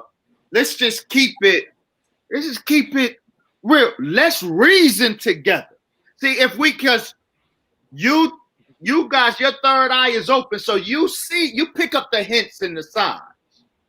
And the minister teaches that Allah communicates in hints and signs. So while the 85er needs to see with these two eyes, and will only bear witness, will only recognize what these two eyes see, but Allah communicates through hints and signs. So only the third eye possessors pick up on that, and you pick up on that. So there are many third eye possessors.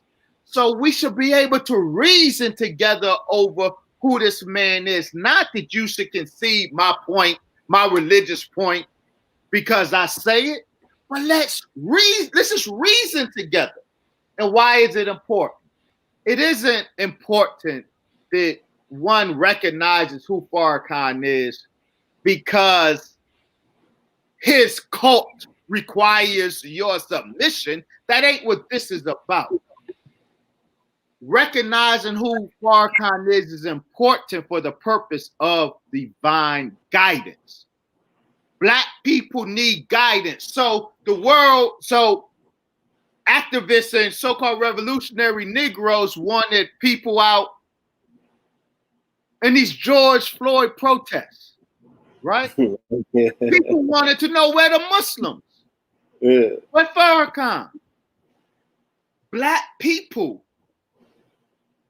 needed guidance and were given guidance by the Honorable Brother Minister Farrakhan. But because we don't recognize, those who don't recognize him for who he is, will hear him say what he says and then do the opposite. And so those protests in some areas proved to be super spreader events. But he told us to stay away, to withdraw to our chamber. That's guidance. So all of us here, the three of us, we got knowledge. Y'all some deep gods. For real, we always been. I've always been impressed on the depth of y'all black God minds.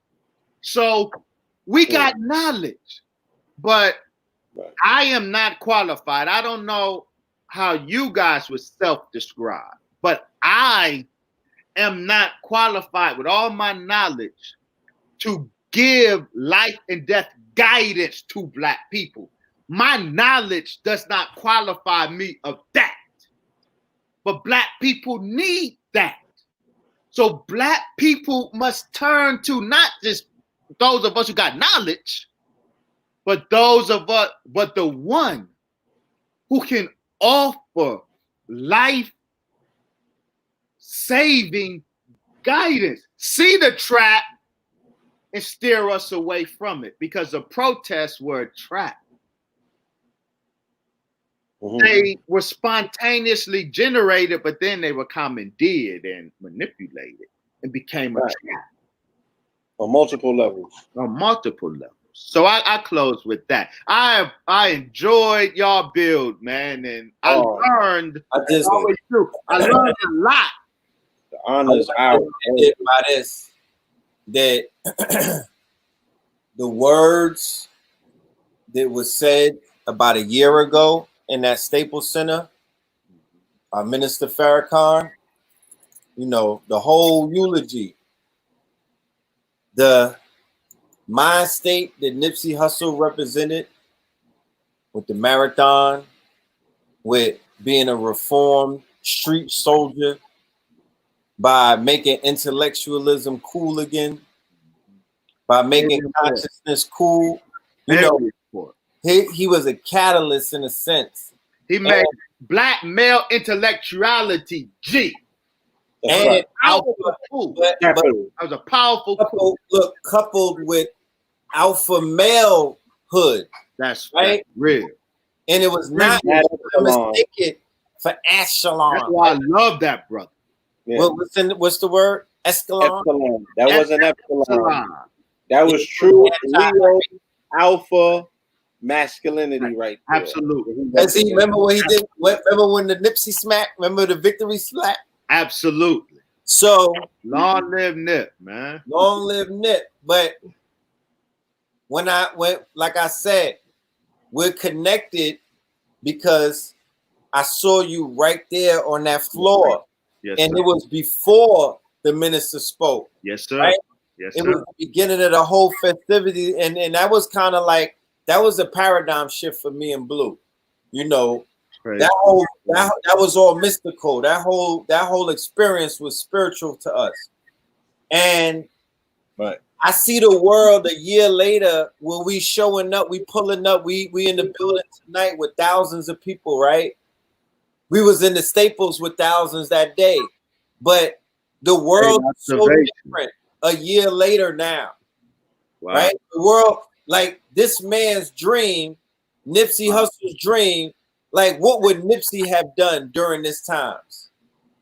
I can't really think about it. So, but I know that his mind, I know that coupled with, you know, Sadie's mind, coupled with Minister Farrakhan's mind. Remember, this is a collective, but it is about the change. It is about this new day. It is about this new epoch, because all is mental. So for the world to change, it's going to have to change in our minds. We'll never really go back to where we was as a fallen people about 6 months ago. No, I don't ever think that I don't think we go back. Right? You. And the prophecies of what Elijah wrote, right? With not just the fall of America, eat to live, theology of time, mother will. Like we're gonna see the will in a minute. Like that's about to come. That's a fact. Like, make no mistake about that. Yes, sir. That's a fact. You know, I think we've expired, you know, our eureka moments on this stuff. Hey, 2020 worked that out. Reach, man. I wrote a long post Friday night, right before that Saturday, and you know, because I experienced it in Mount Shasta in 2016. Like, we drove underneath it for damn near 30 minutes. It was miles long. I mean, I stopped. I don't even be sharing this with people because they're not ready. But I told them, you're gonna have to get ready. What I saw was the most profound thing ever, and I had witnesses, so I'm comfortable enough at this point to come forward and speak on it. But when people see what we are conjoined with, you know what I'm saying, and it shatters their mundane beliefs about themselves, and we get this upgrade, and people get ready for galactical travel, and stop thinking about passports going state to state and all this corny stuff that just stopped and ended for a reason, you know, then it's gonna be an acceleration in the quantum. Then you're really gonna be coming looking for information. You know, how do I fast track this overnight? Because I need to catch up. I need to get right. And you see people are feeling that something is coming. Something is coming. You feel me? And it's making people with curved spines get straight. And that's a beautiful thing. The righteous. A beautiful thing indeed. Yeah. I enjoyed my time with you guys. Likewise. Man. It's always a pleasure. It's always an honor. You know, we'll get back up again. Absolutely. I want to encourage you to continue the research, continue the science, and continue to do what you know all great scholars do, and that's put it in a book. You know, belongs to Allah. Inspire those of us who have not finished our books to finish our books. You know, going all the way back with the Allah team, with the books that y'all been putting out. You know, literature is very important because I might not always get to catch a video. I might not know where you at in your study. I might not know what state you in, but you can always pick up that book. That's right. And tap into your mind. That's right. So keep doing your thing, King. You too, Kings. Yeah, you appreciate y'all. Love y'all, man. Love you too, man. You know what I'm talking about? And we're gonna have that convo with KT coming up, and I want to definitely finish. I don't know who that. I don't want to leave here. No. That's our younger an agreement for some discussion. I don't know who KT is. That's the purple pill. You know what I mean? That's our younger brother. That's our younger brother. He's a scientist. Okay. So yeah, but the science is forward to get on top of this COVID thing. So anybody that we know that we could bring to the table with some expert information, you know, it's time for that. You know, it's time to bring the information forward. And the minister, Minister Farrakhan made the calling for the for all of the scientists to come forward. Right. And I'm electing KT out of this whole community, you know, to be definitely one of the top candidates. And I'm sure that the people will agree to that, who's familiar with his work. And secondly, I look forward to finishing one day, maybe in Baltimore again, Dr. Wesley. I do too. Atlanta or Chicago. I haven't been in the Chi, and they've been asking for us. But I definitely, we need to put something together then, man. Yes, that hip hop lecture, because you know the promoter said that the footage is erased. So that's No, I did not know that. Yeah, I was wondering. Are you serious? I'm so serious. I don't want to get triggered. I need to go. I gotta go lay down. I have seen it on Facebook Live. I never got sent the footage. We never got the footage. Yeah. So I want to do that again. We'll throw it out there. Let's do it. The weaponization of hip hop. We got to stay on the subject. No doubt. All right. Peace to the gods. Love y'all, man. All right. Peace, family. Peace. Thank you, everybody that pulled up. Real quick, your website was Dr. Wesley .online. You can get my new book, The Pot Plot, Marijuana, Hip Hop, and the Scientific Assault on Black America. And I'm going to say this. Look, I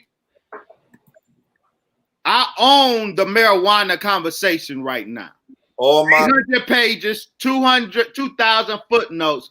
Impeach the arguments in the documentation, then you take it from me. But until then, we own the marijuana conversation. Pick it up, impeach it. drwesley.online. That's right. Cheech and Chong El Bay, whoever's out there listening. Cheech and Chong set and rock to Hootie El Bay. I need you to come forward. Or Cheech and Chong God Allah. Yeah, Teach but you I about encourage how. everybody who smokes to have a copy of that book in your library. That's right. It's mandatory at this point. If you are a consumer of marijuana, I feel like it is responsible. You should be And if responsible. you're not a consumer, because I detailed the scientific assault on Black America, the weaponization of our food, the weaponization of the music, the scientific weaponization of the music. It's not just about the lyrics, but it's about the musical frequency is weaponized. So even if you don't smoke weed, we document the scientific assault on Black America. But if you do, whether you smoke it or not, if you argue against the pot plot, and if you argue on behalf of smoking weed, then you need to get it and impeach it. Until then, your word has no probative value. And for someone in the audience wanted to know if they're going to be is there going to be a book or some research on pharmacopoeia, the pills, the opiates, and stuff. It's in here. Okay. This is that book. Okay. This is the book. That's what the scientific assault. I go into the opiates. I go into Molly. Okay. What is your thought on nootropics? That's new. What's nootropics? I don't know nootropics. Those are the brain. Those would be considered to be like brain drugs, like the limitless pill. Oh. And I mean, it starts with Adderall. I know Adderall. I know the limitless pill. I'm not up on nootropics. So nootropics are supposed to be the limitless pill. Nootropics